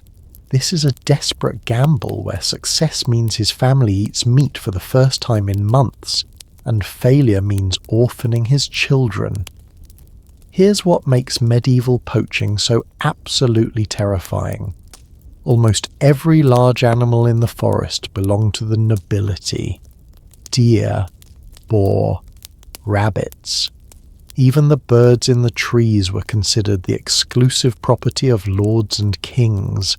The forest laws were so strict that peasants could be executed for merely carrying hunting weapons in royal forests, even if they hadn't killed anything. Yet thousands of families risked these brutal punishments because the alternative, watching their children slowly starve, was even worse. Follow Gareth as he moves through the darkness with equipment that would seem laughably primitive, but was actually incredibly sophisticated. His bow isn't the powerful longbow of legend, but a small, quiet crossbow that can be loaded and fired almost silently. His arrows are tipped not with iron, too expensive and too traceable, but with sharpened bone that will disappear into the forest floor if a shot misses. Every piece of his equipment has been designed for stealth, efficiency, and deniability. The animals that peasants were allowed to hunt legally would shock you with how pathetic they were. Essentially, if it was small, ugly, and provided minimal nutrition, peasants could probably trap it. We're talking about rats, mice, hedgehogs, and various birds that were considered too worthless for noble tables. But even these trash animals required incredible skill to catch and provided crucial protein when nothing else was available. Watch as Gareth sets snares for rabbits using techniques passed down through generations of desperate families. These aren't simple wire traps, but sophisticated devices made from braided plant fibers that leave no metal evidence. He knows exactly where to place them, along game trails that he's been observing for weeks, positioned to catch animals at their most vulnerable moments. The knowledge required to consistently catch wild animals with primitive tools was extraordinary. But here's what's truly remarkable. Peasant poachers developed hunting skills that were often superior to those of professional hunters employed by the nobility. They had to be better. Noble hunters could afford to make noise, use expensive equipment, and hunt during daylight hours. Peasant poachers had to be absolutely silent, nearly invisible, and capable of succeeding with minimal resources. They became some of the most skilled hunters in human history out of pure necessity. The preparation and preservation of poached meat required incredible planning and secrecy. Gareth can't just drag a deer back to his cottage. That would be a death sentence. Instead, he's mastered techniques for butchering animals in the forest, processing the meat into portable pieces, and hiding evidence of the kill. He knows how to preserve meat using wild herbs and natural smoking techniques that leave no telltale signs of cooking fires near his home. Different regions developed wildly different poaching traditions based on local animals and enforcement patterns. In heavily forested areas, peasants specialized in trapping small game that could be caught without entering the most dangerous royal hunting grounds. Near rivers and streams, they developed techniques for catching fish and waterfowl that technically didn't belong to the landowning nobility. Each tradition was a careful balance between nutritional needs and survival risks. The seasonal timing of poaching was absolutely crucial. Winter was both the most dangerous and most necessary time for illegal hunting. Animals were easier to track in snow, but the tracks also made poachers easier to follow. Meat preserved better in cold weather. But the risk of hypothermia while waiting in ambush was real. Gareth has learned to time his hunting expeditions to coincide with weather patterns that provide maximum cover and minimum risk. But here's what will absolutely blow your mind. Many of the animals that peasants risk their lives to hunt were more nutritious than the domestic animals they were allowed to raise. Wild deer contained higher levels of omega-3 fatty acids than grain-fed cattle. Wild boar had more protein and less fat than domestic pigs. Wild birds provided nutrients that domestic chickens couldn't match. Peasants were literally risking execution to access superior nutrition that was being hoarded by the wealthy. The social networks required for successful poaching were incredibly complex and dangerous. Information about game movements, guard patrol patterns, and safe processing locations had to be shared secretly among trusted families. Children learned to keep poaching secrets before they learned to read. Entire communities developed coded languages and signals for communicating about illegal hunting activities. One betrayal could destroy dozens of families. The tools and weapons used by peasant poachers were masterpieces of stealth engineering. Crossbow strings made from deer sinew that made no sound when released. Arrow fletching made from specific bird feathers that flew silently through air. Knives forged from scraps of metal that left no distinctive marks on bones.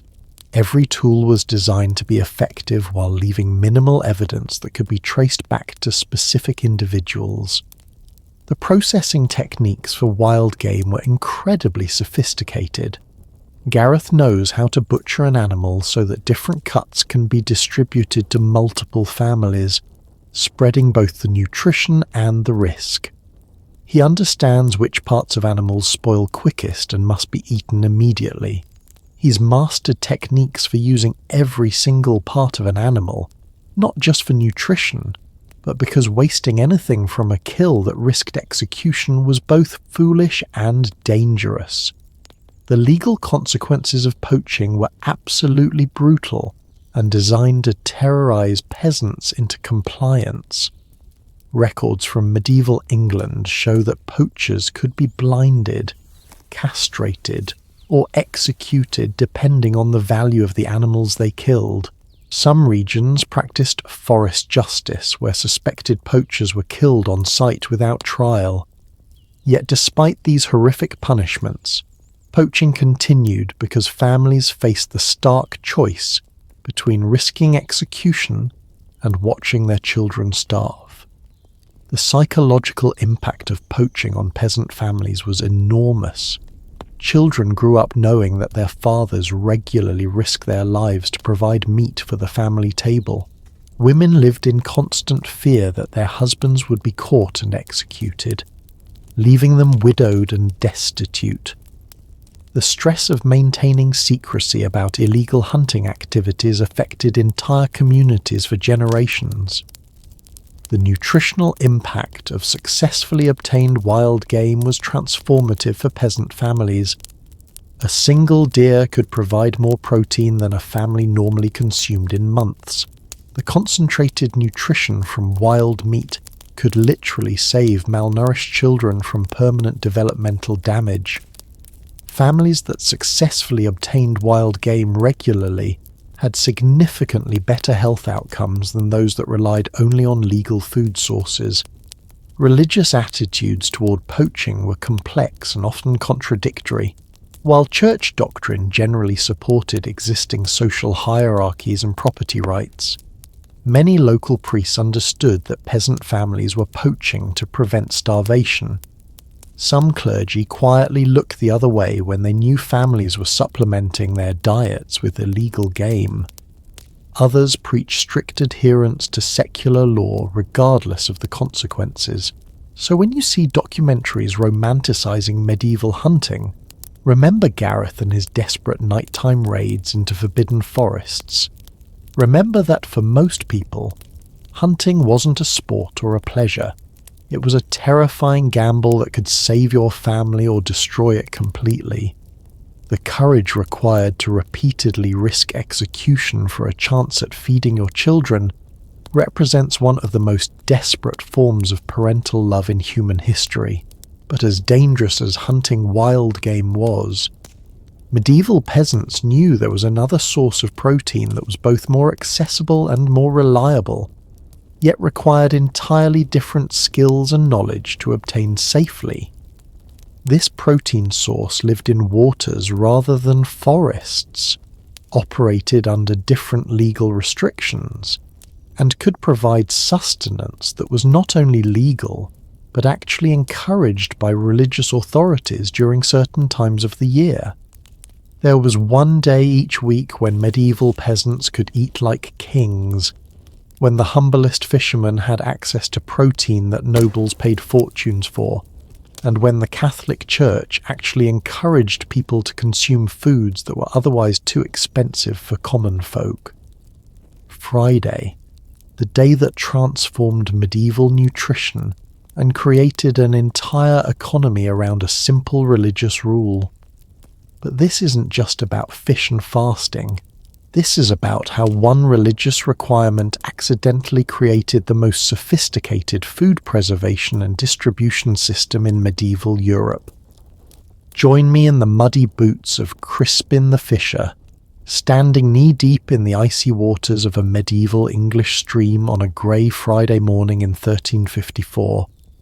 While other peasants are grudgingly giving up meat for the day, Crispin is about to show you why Friday was actually the best eating day of the week for families who knew the water's secrets.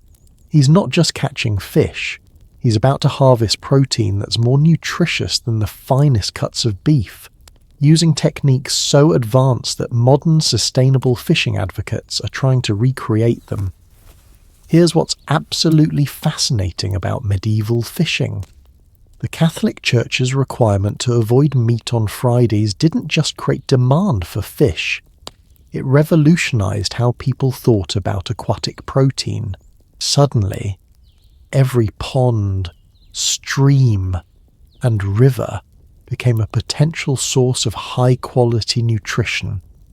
Families that had never considered fish as a primary protein source were forced to learn techniques that would make them more nutritionally secure than their meat-eating neighbours. Watch as Crispin deploys fishing techniques that would impress modern environmental scientists. He's not using a simple hook and line. He's employing a sophisticated understanding of fish behaviour, water ecology, and seasonal patterns that took generations to develop. His wooden fish traps are positioned at exactly the right depth and angle to catch fish without depleting the breeding population. He's practicing sustainable fishing centuries before the concept was formally recognised.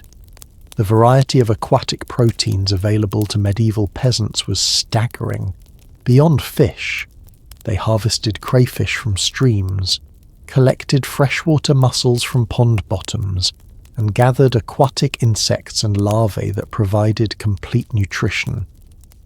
Many of these water-dwelling creatures contained nutrients that were impossible to get from land animals: omega-3 fatty acids, iodine, and specific amino acid profiles that boosted brain function and immune health.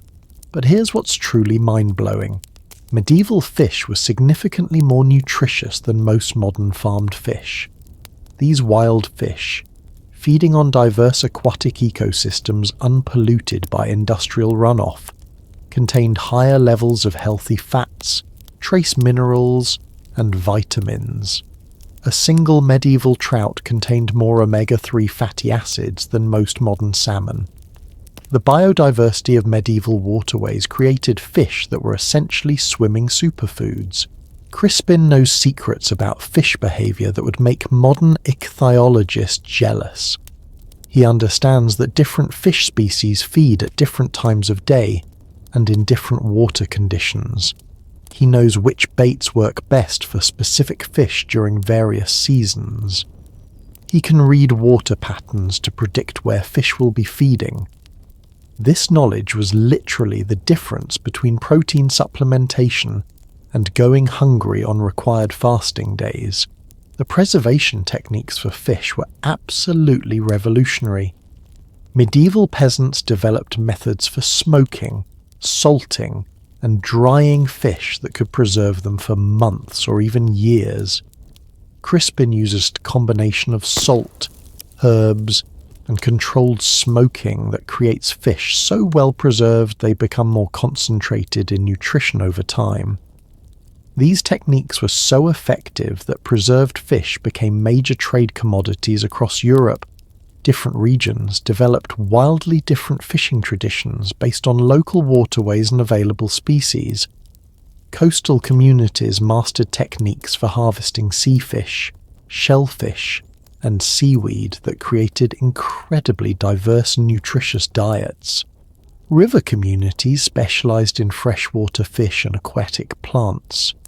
Mountain regions developed methods for fishing in small streams and alpine lakes that required extraordinary skill and patience. Here's what's remarkable about the timing of medieval fishing. The Friday fasting requirement meant that peak demand for fish coincided with the beginning of the weekend. When people had more time for fishing activities, families would often spend Thursday evenings and Friday mornings focused entirely on aquatic food gathering, creating weekly rhythms that maximized protein intake while respecting religious requirements. The social aspects of fishing were incredibly important for community survival. Knowledge of the best fishing spots, seasonal timing, and preservation techniques was shared among families but carefully guarded from outsiders. Children learned to fish almost before they could walk, because aquatic protein sources were too valuable to leave to chance. communities developed elaborate systems for sharing fishing grounds and dividing catches. But here's what will shock you. Many medieval peasants actually preferred fish to meat, not just because of religious requirements, but because fish was often fresher and more flavourful than preserved meat. While meat might be weeks or months old by the time it was consumed, fish could be caught and eaten within hours. The superior taste and texture of fresh fish made Friday meals something to anticipate rather than endure. The equipment used for medieval fishing was incredibly sophisticated despite appearing primitive. Crispin's nets are woven from plant fibres using techniques that create exactly the right mesh size for different fish species. His hooks are carved from bone with barb angles calculated to maximise catch rates while minimising fish injury. His fishing lines are made from animal sinew that's nearly invisible underwater. The processing techniques for fish went far beyond simple cooking. Crispin knows how to extract oil from fish livers that provides concentrated vitamins during winter months. He understands which parts of fish are most nutritious and how to prepare them safely. He's mastered techniques for making fish paste that can be stored in sealed containers and provides protein-rich flavouring for other foods throughout the year. The religious implications of fish consumption created interesting nutritional opportunities. During Lent, when meat was forbidden for weeks at a time, families that had mastered fish preservation and preparation actually ate better than during non-fasting periods. The extended focus on aquatic proteins provided nutritional benefits that many people had never experienced from their normal meat-heavy diets. The economic value of fishing knowledge was enormous. Families that could consistently catch and preserve fish had valuable trade goods that could be exchanged for grain, tools, or other necessities. Skilled fishers often became important figures in their communities, providing protein for families that lacked fishing skills or access to good fishing waters. The medicinal applications of fish were extensive and sophisticated. Medieval physicians prescribed specific types of fish for different health conditions. Fatty fish was recommended for people with joint problems. Lean fish was given to people recovering from illness. Fish oil was used to treat skin conditions and promote healing. The omega-3 fatty acids in fish provided mental health benefits that medieval people recognized without understanding the underlying biochemistry. The seasonal timing of different fish species required incredible knowledge and planning. Crispin knows that certain fish spawn at specific times, making them easier to catch but potentially damaging to future populations if overharvested. He understands migration patterns that bring different species through his fishing areas at predictable times. He's developed calendar systems that maximize fish harvesting while ensuring sustainable populations. The preparation methods for fish varied dramatically based on the intended use and storage requirements. Fresh fish for immediate consumption required different techniques than fish being prepared for long-term storage. Smoked fish developed different flavors and nutritional profiles than salted fish. Each preparation method was optimized for specific circumstances and nutritional needs. So when you grab fish sticks from your freezer or order salmon at a restaurant, remember Crispin and his sophisticated understanding of aquatic ecosystems. Remember that this simple protein source represented one of the most reliable and nutritious foods available to medieval families. Fish weren't just a religious requirement, they were a nutritional salvation that kept entire communities healthy and well-fed. But as valuable as these individual survival foods were, medieval peasants understood that true nutritional security required bringing all of these elements together into a comprehensive system of food knowledge that could adapt to any crisis, any season, any challenge that nature or human conflict might bring. They needed to master the ultimate art of combining all their survival wisdom into strategies that could keep families alive no matter what horrors the world might unleash. As we reach the end of our incredible journey through medieval survival, I want you to imagine one final scene that brings together everything we've discovered tonight. It's Christmas Eve, 1348, in a small village that has somehow survived the worst famine in European history. While other communities have been abandoned or decimated, this village is not just alive, it's thriving. Children are laughing, adults are sharing stories around warm fires, and families are gathering for a feast that would make modern nutritionists weep with admiration. What made this village different? It wasn't luck, wealth, or divine intervention. It was knowledge. The 15 survival foods we've explored tonight weren't just individual ingredients. They were part of an integrated survival system so sophisticated that it could sustain human life under conditions that would defeat modern people armed with all our technology and convenience foods. Meet Aldara the food keeper, the village's master of survival nutrition. Her cottage isn't just a home, it's a living museum of medieval food wisdom. In one corner, a pot of pottage bubbles constantly, accepting whatever ingredients the day provides. Along the walls, shelves hold carefully preserved foods, sauerkraut aging in wooden barrels, smoked fish wrapped in leaves, dried beans sorted by variety and nutritional value. Hanging from the rafters are bundles of herbs that serve as both seasoning and medicine. But here's what's truly remarkable about Aldara's food system. Every single element works together to create nutritional security that modern families, despite our abundance, rarely achieve. Her fermented vegetables provide probiotics that keep digestive systems healthy. Her variety of preserved proteins ensures complete amino acid profiles year-round. Her wild herbs supply vitamins and minerals that prevent deficiency diseases. Her understanding of food combinations creates meals that are nutritionally superior to most of what we eat today. This wasn't accidental or intuitive. This was the result of thousands of years of accumulated human wisdom about survival nutrition. Medieval peasants understood concepts that modern science is only beginning to rediscover. They knew that fermented foods improve nutrient absorption. They understood that combining different plant proteins creates complete nutrition. They recognized that seasonal eating provides exactly the nutrients needed at different times of year.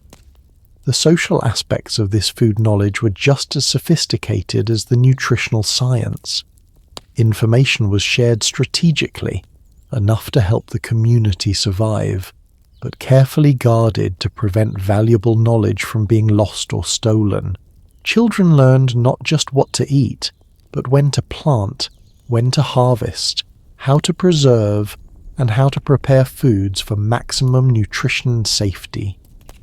During tonight's feast, Aldara serves dishes that represent the pinnacle of medieval food wisdom. The main course is a rich stew that combines preserved meat with root vegetables that have been stored underground since fall. The bread is dark and dense, made from multiple grains that provide complete nutrition. Fermented vegetables add probiotics and vitamin C. Wild herbs provide both flavor and medicine. Small amounts of dairy and eggs add crucial fats and complete proteins. But perhaps most importantly, this meal represents something that we've largely lost in our modern food system. The deep understanding that food is medicine, that eating is a survival skill, and that true food security comes not from having access to grocery stores, but from understanding how to create nutrition from whatever resources are available. The lessons from medieval survival food go far beyond historical curiosity. These techniques for preserving food without refrigeration, creating complete nutrition from simple ingredients, and maintaining health through diet are becoming increasingly relevant in our modern world as we face climate change, supply chain disruptions, and economic uncertainty. The wisdom of medieval peasants offers practical solutions for creating food security in uncertain times. Modern research is validating much of what medieval people understood intuitively. Their fermented foods contained beneficial bacteria that support immune function. Their diverse plant-based diets provided phytonutrients that prevent chronic diseases. Their understanding of seasonal eating aligned human nutrition with natural biological rhythms.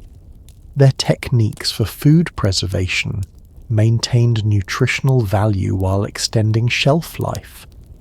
What's perhaps most inspiring about medieval survival food is what it reveals about human resilience and ingenuity.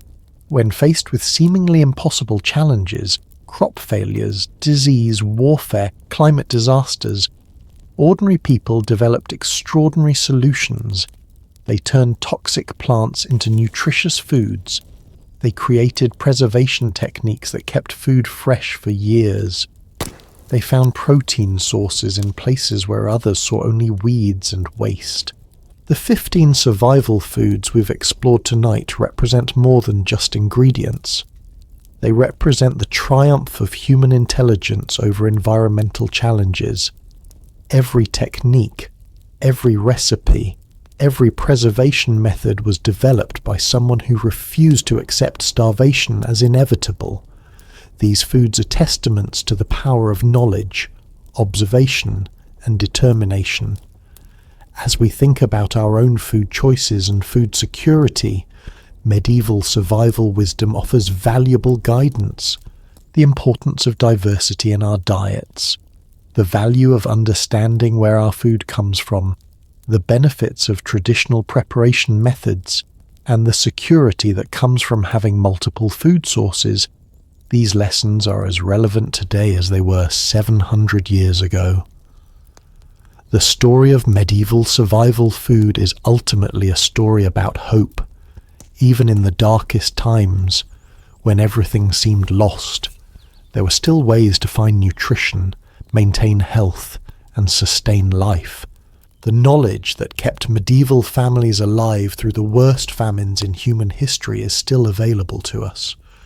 We just need to remember it, respect it, and apply it to our modern circumstances.